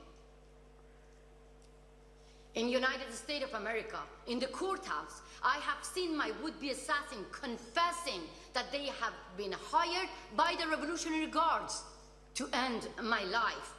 My crime? Simply echoing the voice of innocent people that you killed them. Your leader, Ali Khamenei, he ordered my killing. He said that American agent who compared compulsory hijab to the Berlin Wall must be killed. I am that woman and I am not the agent of America. I have agency, but I am thankful to American government and the law enforcement to protect my life. And it was not, if it was not the protection of the law enforcement, I couldn't have been here to testify for millions of people who are facing the same killers, facing the same terrorist regime in my country. பாருங்க, அலி கமேனிக்கு அவங்க டைரக்டா address பண்றாங்க. உங்களுக்கு புரிஞ்சிருக்கும், அங்க இருக்கக்கூடிய அப்பாவி மக்களை சுட்டு கொலை செய்யறாங்க. இவங்களுக்கும் 3 முறை அந்த தாக்குதல் எதிர்ப்பு வந்து ஆனாலும் பாதுகாக்கப்பட்டிருக்கிறாங்க. ஸோ இது போன்ற இந்த கவர்மெண்ட் இருக்கணுமானா இருக்கக்கூடாது. இந்த கவர்மெண்ட் ஒரு சரிவுக்கு வரணும். ஈரானுடைய ஒரு விடுதலைக்காக நம்ம ஜெபிக்கலாம். அது மாறும்போது கம்ப்ளீட்டா மிடில் ஈஸ்ட்ல ஒரு மாற்றம் வரும். ஸோ இதெல்லாம் அவங்க வந்து பொய் சொல்கிறாங்க. அதாவது அந்த ட்ரக்ஸ் யூஸ் பண்ணி அவங்க இறந்துருக்காங்க அப்படின்னு சொல்கிறாங்க. டர்க்கி வந்து இவங்களுக்கு இப்போ நல்ல ஒரு சப்போர்ட் கொடுத்துட்ருக்குது. பாருங்கள், வெளியிலேருந்து ஹெஸ்போலா, ஈராக்லேருந்து ஹஷத் அல் ஷாபி இவங்க எல்லாமே வந்து இந்த ப்ரொட்டஸ்ட்டுக்கு நாங்கள் உதவி செய்கிறோன்னு சொல்லிட்டு ஆங்காங்கே இருக்கக்கூடிய இஸ்லாமிய நாடுகள் வந்துட்டு இருக்கிறத நம்ம பார்க்குறோம். எத்தனை பேர் கொலை செய்யப்பட்டிருக்கிறாங்கன்னு கேட்டாக்கா, அவர் பாட்டுக்கு வந்து அவங்கெல்லாம் வந்து ப்ரொட்டஸ்டர்ஸ் எல்லாம் அவங்கெல்லாம் மறிக்கலைன்னு சொல்லி ஒரு பொய்யான தகவல்களை இந்த உலகத்துக்கு அவங்க கொடுத்துட்ருக்குறாங்க. ஸோ யூஎன் செக்யூரிட்டி கவுன்சிலுக்கு லெட்ரு எழுதியிருக்கிறாங்க. ஸோ அங்கே இருக்கக்கூடிய மரித்தவர்களை குறித்து இவங்க ஒரு பொய்யான ரிப்போர்ட் கொடுத்துட்டே இருக்கிறாங்க. பாருங்கள், 800 பேர் அவங்க தூக்கிலிடப்பட வேண்டியவர்கள் அமெரிக்கா தலையிட்டு அதை தடுத்து நிறுத்தி இருக்கிறது. பட் இருந்தாலும் அவங்க மேலே ஒரு தாக்குதல் நடத்துவாங்கன்னு அந்த ஜனங்கள் எத்தனையோ எதிர்பார்த்தாங்க. பட் அந்த அளவுக்கு இன்னும் ட்ரம்ப் ஒரு தாக்குதல் நடத்தலை. இன்னும் அந்த ஜனங்களுக்கு ஒரு முழுமையான ஒரு விடுதலை கிடைக்கல. அப்படி நடந்த, ஏன்னா பல காரணங்களை பார்க்கணும். ஏன்னா அங்கே இந்தியாவிலேருந்தே அத்தனை ஸ்டூடெண்ட்ஸ் அங்கே படிக்கிறாங்க, பாகிஸ்தான்லேருந்து படிக்கிறாங்க, மெடிக்கல் காலேஜ் ஸ்டூடெண்ட்ஸ் இருக்காங்க, பிஸ்னஸ்க்காக போனவங்க இருக்கிறாங்க, நிறைய ட்ரேட் இருக்கிறாங்க, ஃபாரினர்ஸ் இருக்கிறாங்க. Because Iran is yet another a powerful country. ஏதோ ஒரு சாதாரண நாடு ஒன்றும் கிடையாது. பாருங்கள், நல்லா ஆயில் வளம் மிக்க ஒரு நாடு. சைனாவோட ட்ரேடில் இருக்காங்க. அதே போல் உக்ரைன் மேலே தாக்குதல் நடத்துறதுக்கு இவங்க டெக்னாலஜி சப்போர்ட் அவங்க கொடுக்குறாங்க. ஸோ இப்படி பல விஷயங்கள் இருக்குது, அதெல்லாம் நம்ம இங்கே பார்க்குறோம். ஸோ ஜொலானி அவருமே பார்த்தீங்கன்னா அங்கே இருக்கக்கூடிய குட்ஸ் ஃபோர்ஸை வந்து அவங்க கொலை செய்கிறதும் துன்புறுத்துறதும், அங்கே பாருங்கள் அந்த பெண்கள் துன்புறுத்தப்படுறது, இவங்களை நிற்க வச்சு கேள்வி கேட்டு வரக்கூடிய நாட்களில் இவங்களை எப்படி ட்ரீட் பண்ண போகிறாங்கன்னு தெரியல. ஸோ சீரியாவில் இருக்கக்கூடிய இந்த கவர்மெண்ட்டுக்காக ஜெபிக்கலாம். இப்படி பிணை கைதியாக எடுத்துக்கொண்டு போகப்பட்ட இந்த இளம் பெண்கள் விடுதலைக்காக நம்ம ஜெபிக்கலாம். ஸோ இப்படி பாருங்க, நிறைய ISIS தீவிரவாதிகள் ஜெயிலிருந்து விடுதலையாக்கியிருக்கு சீரியா. ஸோ சீரியன் கவர்மெண்ட் அந்த குர்து ஃபோர்ஸில் இருந்த இந்த சிலையெல்லாம் உடைச்சு ஸோ கம்ப்ளீட்டாக அவங்களுடைய கண்ட்ரோல் எடுத்திருக்கிறாங்க. ஸோ உலகம் முழுவதும் ஒரு மிகப்பெரிய கலவரத்தை தான் பார்த்துக்கிட்டு இருக்குது. ஸோ எந்த தேசத்துலேயும் சமாதானம் இல்லை. ஆனால் பைபிள் நமக்கு கற்றுக் கொடுக்கறது சமாதானத்தை முதல்ல நீங்கள் பேசுங்க அப்படிங்கிறது தான். ஸோ குர்துக்கு அகெயின்ஸ்டாக என்ன செஞ்சுருக்காங்கன்னா, நீங்கள் தாக்குதல் நடத்துனீங்கன்னா அமெரிக்கா உங்களோட செஞ்சுருக்கிற ஒப்பந்தத்தை எல்லாம் கேன்சல் பண்ணும் அப்படின்னு சொல்லியிருக்கிறாங்க. ஒரு வருஷத்தை முடித்து ட்ரம்ப் அவர்கள் அடுத்த ஒரு வருஷத்துக்குள்ளே அவங்க கடந்து போயிருக்கிறாங்க. ஸோ டேனன் எப்போவுமே வந்து ஒரு டேரிங் ஸ்பீச்சாக தான் இருக்கும். ஸோ இஸ்லாமிக் ரீபப்ளிக் ரெப்ரசன்டேட்டிவை அந்த ஈரான் ப்ரொட்டஸ்டர்ஸை வந்து அங்கே அவங்கள பற்றி பேசியிருக்கிறாங்க. அங்கே நடக்கக்கூடிய தீவிரவாதத்தை பற்றி அவங்க பேசியிருக்கிறாங்க. ஸோ இஸ்ரேலும் என்ன பண்ணியிருக்கு அப்படின்னா, கம்ப்ளீட்டாக அதோடைய ஏர் ஸ்பேஸை க்ளோஸ் பண்ணியிருக்கிறாங்க. ஒருவேளை அமெரிக்கா ஈரான் மேலே போர் தொடுக்கும் அப்படின்னா கட்டாயம் ஈரான் இஸ்ரேல் மேலே போர் தொடுப்பதற்கான வாய்ப்புகள் நிறையாவே இருக்குது. As always they hate Israel more than they love their own. So எல்லாத்த விட அவங்களுடைய குறிக்கோள் என்ன, இஸ்ரேல்னு ஒரு நாடு இருக்கக்கூடாது. ஸோ இப்போ புட்டின் என்ன சொல்லியிருக்காரு அப்படின்னா, ஒரு மீடியேட்டராக ஈரானுக்கும் நான் இருக்கிறேன் அப்படிங்கிறத சொல்லியிருக்கிறாரு.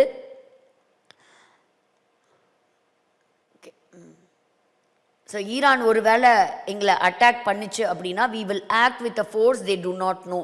ஸோ இஸ்ரேலும் இப்போ ரெடியாக இருக்குது, அமெரிக்காவும் ரெடியாக இருக்குது, ஈரானும் ரெடியாக இருக்குது. ஈரான் சொல்லுது நீ எங்களை தாக்குதல் நடத்தினா நாங்கள் ஒன்றை தாக்குவோம். அப்படி 3 பேரும் மாற்றி மாற்றி சொல்லிட்டு இருக்கிறாங்க. இந்த யுத்தம் எங்கேருந்து ஸ்டார்ட் ஆக போகுதுன்னு தெரியல. ஸோ நம்ம இவரை பற்றி தெரியும், அவர் வந்து எத்தனை நாளாக நோபல் பீஸ் அவார்டுக்கு அவர் மெடலுக்கு அவர் காத்திருந்தார் அப்படின்னு சொல்லிட்டு வெனிசுலாவுடைய அந்த மெடல் வாங்கினவங்க அதை கொண்டு வந்து இன்றைக்கி அவங்க கையில், ட்ரம்ப் அவங்க கையில் கொடுத்துருக்குறாங்க. ஸோ மொசாடும் ஒரு சகையில் என்ன பண்ணுறாங்க அப்படின்னா நிறைய சீக்ரெட்டான டேட்டாவை கலெக்ட் பண்ணியிருக்கிறாங்க. Mossad is also very much alert அப்படின்னு சொல்லியிருக்கிறாங்க. ஈரானை குறித்ததான பேச்சுவார்த்தை நடக்க இருக்கின்றது. ஸோ ரேசா பல்லவியை பற்றி சொல்லும்போது அவர் எந்த அளவுக்கு அவர் அந்த நாட்டை எடுத்து அவர் ஆட்சி செய்வார் தெரியல அப்படின்னு சொல்லியிருக்கிறாங்க. ஸோ மிடில் ஈஸ்டில் என்ன நடக்குதுங்கிறத நம்ம பார்க்கலாம். ஸோ இப்போ பாருங்கள், Saudi Arabia, Qatar and Oman convince Trump to give Iran a chance. So இவங்கெல்லாம் தலையிட்டதுனால தான் ஈரான் கடந்த வாரம் தாக்குதல் நடத்தலை அப்படிங்கிறதையும் சொல்லியிருக்கிறாங்க. பட் நமக்கு தெரியாது. பட் ட்ரம்ப் அவங்க சொல்லும்போது என்னை யாரும் கன்வின்ஸ் பண்ணல, it is my own decision அப்படிங்கிறத அவர் சொல்லியிருக்கிறாரு. பாருங்கள், பிரசிடென்ட் ட்ரம்ப்போட விளையாட வேண்டாம் அப்படின்னா நாங்கள் என்ன பண்ணுவோம், கட்டாயம் நாங்கள் திருப்பி தாக்குதல் நடத்துவோம் அப்படின்றாங்க. So it is time to look for new leadership in Iran. So ஈரானில் கண்டிப்பாக ஒரு அரசாங்கம் ஒரு மாற்றத்தை சந்திக்கும். And the world will never again be the same. Middle ஈஸ்டில் பவர்ஃபுல் கண்ட்ரியாக இஸ்ரேல் தான் இருக்கும் அப்படிங்கிறதுல எந்த விதமான சந்தேகமும் இல்லை. ஸோ ஐஎஸ்ஐஎஸோடது பார்த்தோம். பாருங்கள், Syrian army has taken control of the Omar oil field. அந்த கண்ட்ரியில் இருக்கக்கூடியதெல்லாம் தங்களுடைய கைவசப்படுத்தி இருக்கிறாங்க. குர்து ஃபோர்ஸை அகெயின்ஸ்டாக இது பண்ணியிருக்கிறாங்க. ஸோ இது அந்த பீஸ் ப்ரைஸுக்கான ஒரு காரியத்தை. இப்போ அதே போல் என்ன சொல்லியிருக்கிறாரு, கிரீன்லேண்ட் யாருக்கு தான், எங்களுக்கு தான் அப்படின்னு சொல்லியிருக்கிறார். எதுக்கு நீ ரொம்ப தூரத்தில் இருக்கக்கூடிய ஒரு நாடு அதை பார்க்கணும், அதனால் கிரீன்லேண்டும் எப்படின்னா அதுக்கிட்ட நிறைய வளங்கள் இருக்குது, அதனால் சீக்கிரத்தில் நாங்கள் கைப்பற்றுவோம் அப்படின்னு சொல்லியிருக்கிறாங்க. ஸோ இது பாருங்கள், தி 3 largest parties in the Tower of Babel அக்கா. பாருங்கள், 3 விதமான கூட்டணி சேர்ந்துருக்கிறாங்க. யூரோப்பியன் பீப்புள் பார்ட்டி, த சோஷியலிஸ்ட், ரென்யூ யூரோப். ஏன்னா ஒரு செய்தி என்ன, ஆன்டி கிரைஸ்ட் வந்து இப்படிப்பட்ட ஒரு தேசத்திலேருந்து தான் அவன் வருவான், சீரமைக்கப்பட்ட ஒரு யூரோப்பியன் நேஷன்லேருந்து வருவான் அப்படிங்கிறத. ஸோ அங்கே வந்து பாருங்கள், whole majority of seats announce that they will not approve the European Union trade agreement with the US. So அமெரிக்காவோட அவங்க என்ன செய்ய போகிறதில்ல, அவங்க வந்து ஒத்து வரப்போகிறதில்ல, ட்ரம்ப் ஏற்படுத்தி இருக்கிற புது டேரிஃப்னால. ஸோ இதை ஒரு எல்லாத்தையும் சேர்த்தி ஒரு பிக்சர் கொண்டு வந்திருக்காங்க. எப்படி அன்னைக்கு வந்து நம்மெல்லாம் ஒன்றா இருப்போம் அப்படின்னாங்களோ அதே மாதிரி நம்ம எல்லாரும் ஒன்றா இருப்போம் அப்படிங்கிற ஒரு சாட்சிக்கு ஆதாரமாக வந்திருக்கு இந்த நியூஸ். ஸோ இவங்க இந்த தீவிரவாதி இயக்கத்தை பற்றி பார்க்குறோம். ஸோ ஜப்பானுடைய எலெக்ஷனுக்காக நம்ம ஜெபிக்கலாம். ஸோ நிறைய தீவிரவாதிகள் இந்த வாரத்தில் எலிமினேட் செய்யப்பட்டிருக்கிறாங்க. ஹெஸ்போலா மேலே தொடர்ந்து தாக்குதல் நடந்துக்கிட்டே தான் இருக்குது. எங்கெல்லாம் அவங்க ஆயுத கிடங்குகள் வச்சுருக்கிறாங்களோ ஸோ அது எல்லாமே வந்து தாக்குதல் நடத்தப்பட்டு தான் இருக்குது. ஸோ டர்க்கியும் என்ன சொல்லியிருக்கு அப்படின்னா, opposes military intervention against Iran. So ஈரானுக்கு எதிராக இருக்க தாக்குதல் நடத்தக்கூடாது அப்படிங்கிறது, அவங்களுடைய பிரச்சனையை அவங்களே என்ன பண்ணிக்கணும், ஈரானை தான் சால்வ் பண்ணணும் அப்படிங்கிறதையும் அவங்க தெரிவித்திருக்கிறாங்க. ஸோ இதுதான் இந்த வாரத்துக்கான செய்தி. இப்போ இந்த வாரம் நம்ம பார்க்கலாம் எந்த நிலைமையில் நம்மளுடைய தேசங்களினுடைய காரியங்கள் கடந்து போகுதுன்னு நமக்கு தெரியல. ஆனால் ஒரு காரியத்திற்காக நம்ம ஜெபிக்கலாம். எதற்காக? சமாதானத்திற்காக நம்ம ஜெபிக்கலாம். ஒரே ஒரு அறிவிப்பு, வருகிற வெள்ளிக்கிழமை நமக்கு முழு இரவு ஜெபம் உண்டு. இரவு 10 மணிலேருந்து காலையில் 4 மணி வரைக்கும் நமக்கு முழு இரவு ஜெபம் உண்டு. பாஸ்டர் வசந்த் சத்யநாதன் நம்ம மத்தியில் இருப்பாங்க. அவங்க ஆண்டவருடைய வார்த்தையை நமக்கு கொண்டு வருவாங்க. நீங்கள் மறக்காமல் கலந்து கொள்ளுங்கள். இந்த வருஷத்தில் நடக்கக்கூடிய முதல் முழு இரவு ஜெபம். சரியா? நம்ம கண்களை மூடி நம்ம ஜெபிக்கலாம். ஸோ ஒரு பக்கத்தில் நம்ம பார்க்குறோம் சாத்தான் தனக்கு கொஞ்ச நாட்கள் கொஞ்ச காலங்கள் மாத்திரமே இருக்குது அப்படின்னு சொல்லி தீவிரமாக செயல்படுகிறத நம்ம பார்க்குறோம். அதே சமயத்தில் சபைக்கும் கொஞ்ச காலம்தான் உண்டு ஆண்டவராகிய இயேசு கிறிஸ்துவை சந்திக்க. நம்ம ஒன்றும் உட்காந்து இங்கே பல தலைமுறைகளை பார்ப்பதற்கு இங்கே டைம் கிடையாது. ஸோ நம்மளும் ஆயத்தமாகணும், மற்றவர்களையும் ஆயத்தப்படுத்தணும். நார்த் இந்தியாவில் இருக்கக்கூடிய மிஷினரிமார்களுக்கெல்லாம் அதிகமான உபத்திரவம் ஆரம்பிக்கப்பட்டிருக்குது. அதில் ஒரு மிஷினரியை கட்டி அவரை துன்புறுத்தி அவருடைய வாயில் மாட்டு சாணத்தை கொண்டு போய் வைத்து அவ்வளோ கொடுமை. அப்போ நம்முடைய தேசத்திற்காக திறப்பில் நிற்க வேண்டிய ஒரு அவசர காலகட்டத்தில் நம்ம இருக்கிறோம். இப்போவும் நம்ம லேசியாக நம்ம இன்னும் நடக்கிற காரியங்களை புரிந்து கொள்ளாதவர்களாக இருக்கக்கூடாது. நம்ம கையில் இருக்கக்கூடிய நாட்களை நம்ம பயன்படுத்திக்கலாம். ஆண்டவர் சொன்னார், விழித்திருந்து ஜெபியுங்கள், விழித்திருந்து ஜெபியுங்கள், சோர்ந்து போகாமல் ஜெபியுங்கள், பரிசுத்த ஆவிக்குள் நீங்கள் ஜெபியுங்க. அப்போ இடைவிடாமல் நீங்கள் ஜெபிங்க. ஆண்டவர் நம்மளை சந்திக்கும் போது ஒரு சோம்பேறி ஒரு ஊழியனா விசுவாசியாக நம்மளை பார்க்கக்கூடாது. நம்ம எல்லாரும் கண்களை மூடி நம்ம ஜெபிக்கலாம். அப்பா, எங்கள் நல்ல தகப்பனே, இந்த பொற்கலசம் வேத வகுப்பை கர்த்தர் ஆசீர்வதித்து கொடுத்தீரே, உமக்கு கோடா கோடி நன்றி தகப்பனே. இந்த நாளிலும் ஏராளமான காரியங்கள் இன்று கர்த்தாவே இந்த வேதத்தின் வசனத்தின் வழியாக இன்று நடக்கின்ற நிகழ்வுகளை நாங்கள் பார்க்கின்றோம். அப்பா, வேதத்தில் எழுதப்பட்ட தீர்க்க தரிசனங்கள் எவ்வளவு துல்லியமாக ஆண்டவரை நிறைவேறி கொண்டு வருகிறதப்பா. இந்த கடைசி நாட்களிலே நாங்கள் நிற்கிறோம் தகப்பனே. ஆண்டவரே, திருச்சபை கர்த்தர் ஆசீர்வதிக்கணும். ஆண்டவரே, திருச்சபை கர்த்தாவை தரிசனத்தை இழந்து போய்விடக்கூடாது, விசுவாசத்தை இழந்து போயிடக்கூடாது. ஆண்டவரே அப்பா, திருச்சபை கர்த்தர் மறுபடியுமாக ஆண்டவரே ஒரு எழுப்புதலுக்கு நேராக கர்த்தர் நடத்துவீராகப்பா. தேசம் சந்திக்கப்பட நாங்கள் ஜெபிக்கிறோம். எங்கள் தேசத்தை கர்த்தர் ஆசீர்வதிங்க. ஈரான் தேசத்திற்குள்ள ஒரு சமாதானம் உண்டாகட்டும். ஆண்டவரே அப்பா, நீர் விரும்புகிற ஒரு அரசாங்கம் அதில் உண்டாகட்டும் தகப்பனே. ஆண்டவரே, இந்த பயங்கரவாதிகளுடைய கைகளுக்கு ஆண்டவரே அந்த ஜனங்களை கர்த்தர் விடுதலையாக்கி பாதுகாக்கும்படியாக நாங்கள் ஜெபிக்கிறோம். மேற்கொண்டு ஆண்டவரே இப்படிப்பட்ட கொலை சம்பவங்களை நாங்கள் கேள்விப்படாதபடிக்கு எல்லாம் நிறுத்தப்பட்டது என்ற செய்தியை கேட்க கர்த்தர் கிருபை செய்யுங்கப்பா. உலக தலைவர்கள் எடுத்துக்கொள்ளுகிற எல்லா தீர்மானங்களிலும் ஆண்டவரே தேவ ஆலோசனை ஆழமாய் கடந்து வரும்படியாய் நான் ஜெபிக்கிறேன். நல்ல தீர்மானங்களை எடுக்க கர்த்தர் உதவி செய்யுங்க. ஆண்டவரே, இந்த நாளிலும் இந்த இரவுக்குட்பட்டிருக்கிறோம். இன்னைக்கு இந்த செஷனுக்காக உழைத்த ஒவ்வொரு உள்ளத்தையும் ஆண்டவரே மனதார நான் வாழ்த்தி ஆசீர்வதிக்கிறேன். நீங்கள் ஆசீர்வதிங்கப்பா. தொடர்ந்து எங்களை பலப்படுத்தி நடத்துங்க. கர்த்தருக்கு சித்தமானால் மீண்டும் ஆண்டவரே அடுத்த வாரம் கடந்து காரியங்களை நாங்கள் கற்றுக்கொள்ள பரிசுத்த ஆவியானவர் தாமே எங்களுக்கு கற்றுக் கொடுத்து ஆண்டவரே எங்களை நடத்துவீராக. எங்களை முற்றிலுமாய் தாழ்த்தி அர்ப்பணிக்கிறோம். இதில் இணைந்தவர்கள் ஆண்டவரே அப்பா, இங்கே வந்திருக்கிறவர்கள் ஒவ்வொருவரையும் அவர்களையும் அவர்கள் குடும்பத்தையும் கர்த்தர் ஆசீர்வதிப்பீராக. பொறுப்பெடுத்துக் கொள்ளுங்க. இயேசு கிறிஸ்துவின் மூலம் ஜெபிக்கிறோம் நல்ல பிதாவே, ஆமேன் ஆமேன். எல்லாரும் சேர்ந்து சொல்லலாம். என் ஆத்துமாவே கர்த்தரை ஸ்தோத்திரி, என் முழுவதுமே பரிசுத்த நாமத்தை ஸ்தோத்ரி. என் ஆத்மாவே கர்த்தரை ஸ்தோத்ரி, கர்த்தர் செய்த சகல உபகாரங்களையும் மறவாதே.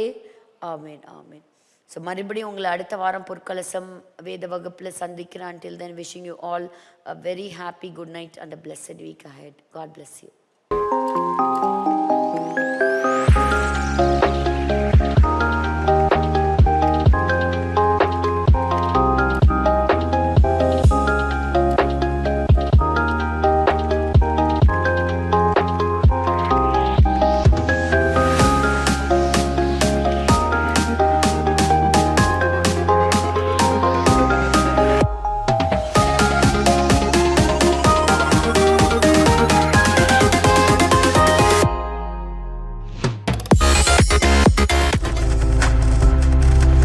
நீங்கள் பார்த்துக் கொண்டிருப்பது உங்கள் ஜாய் டிவி. உங்கள் துக்கம் சந்தோஷமாய் மாறும்.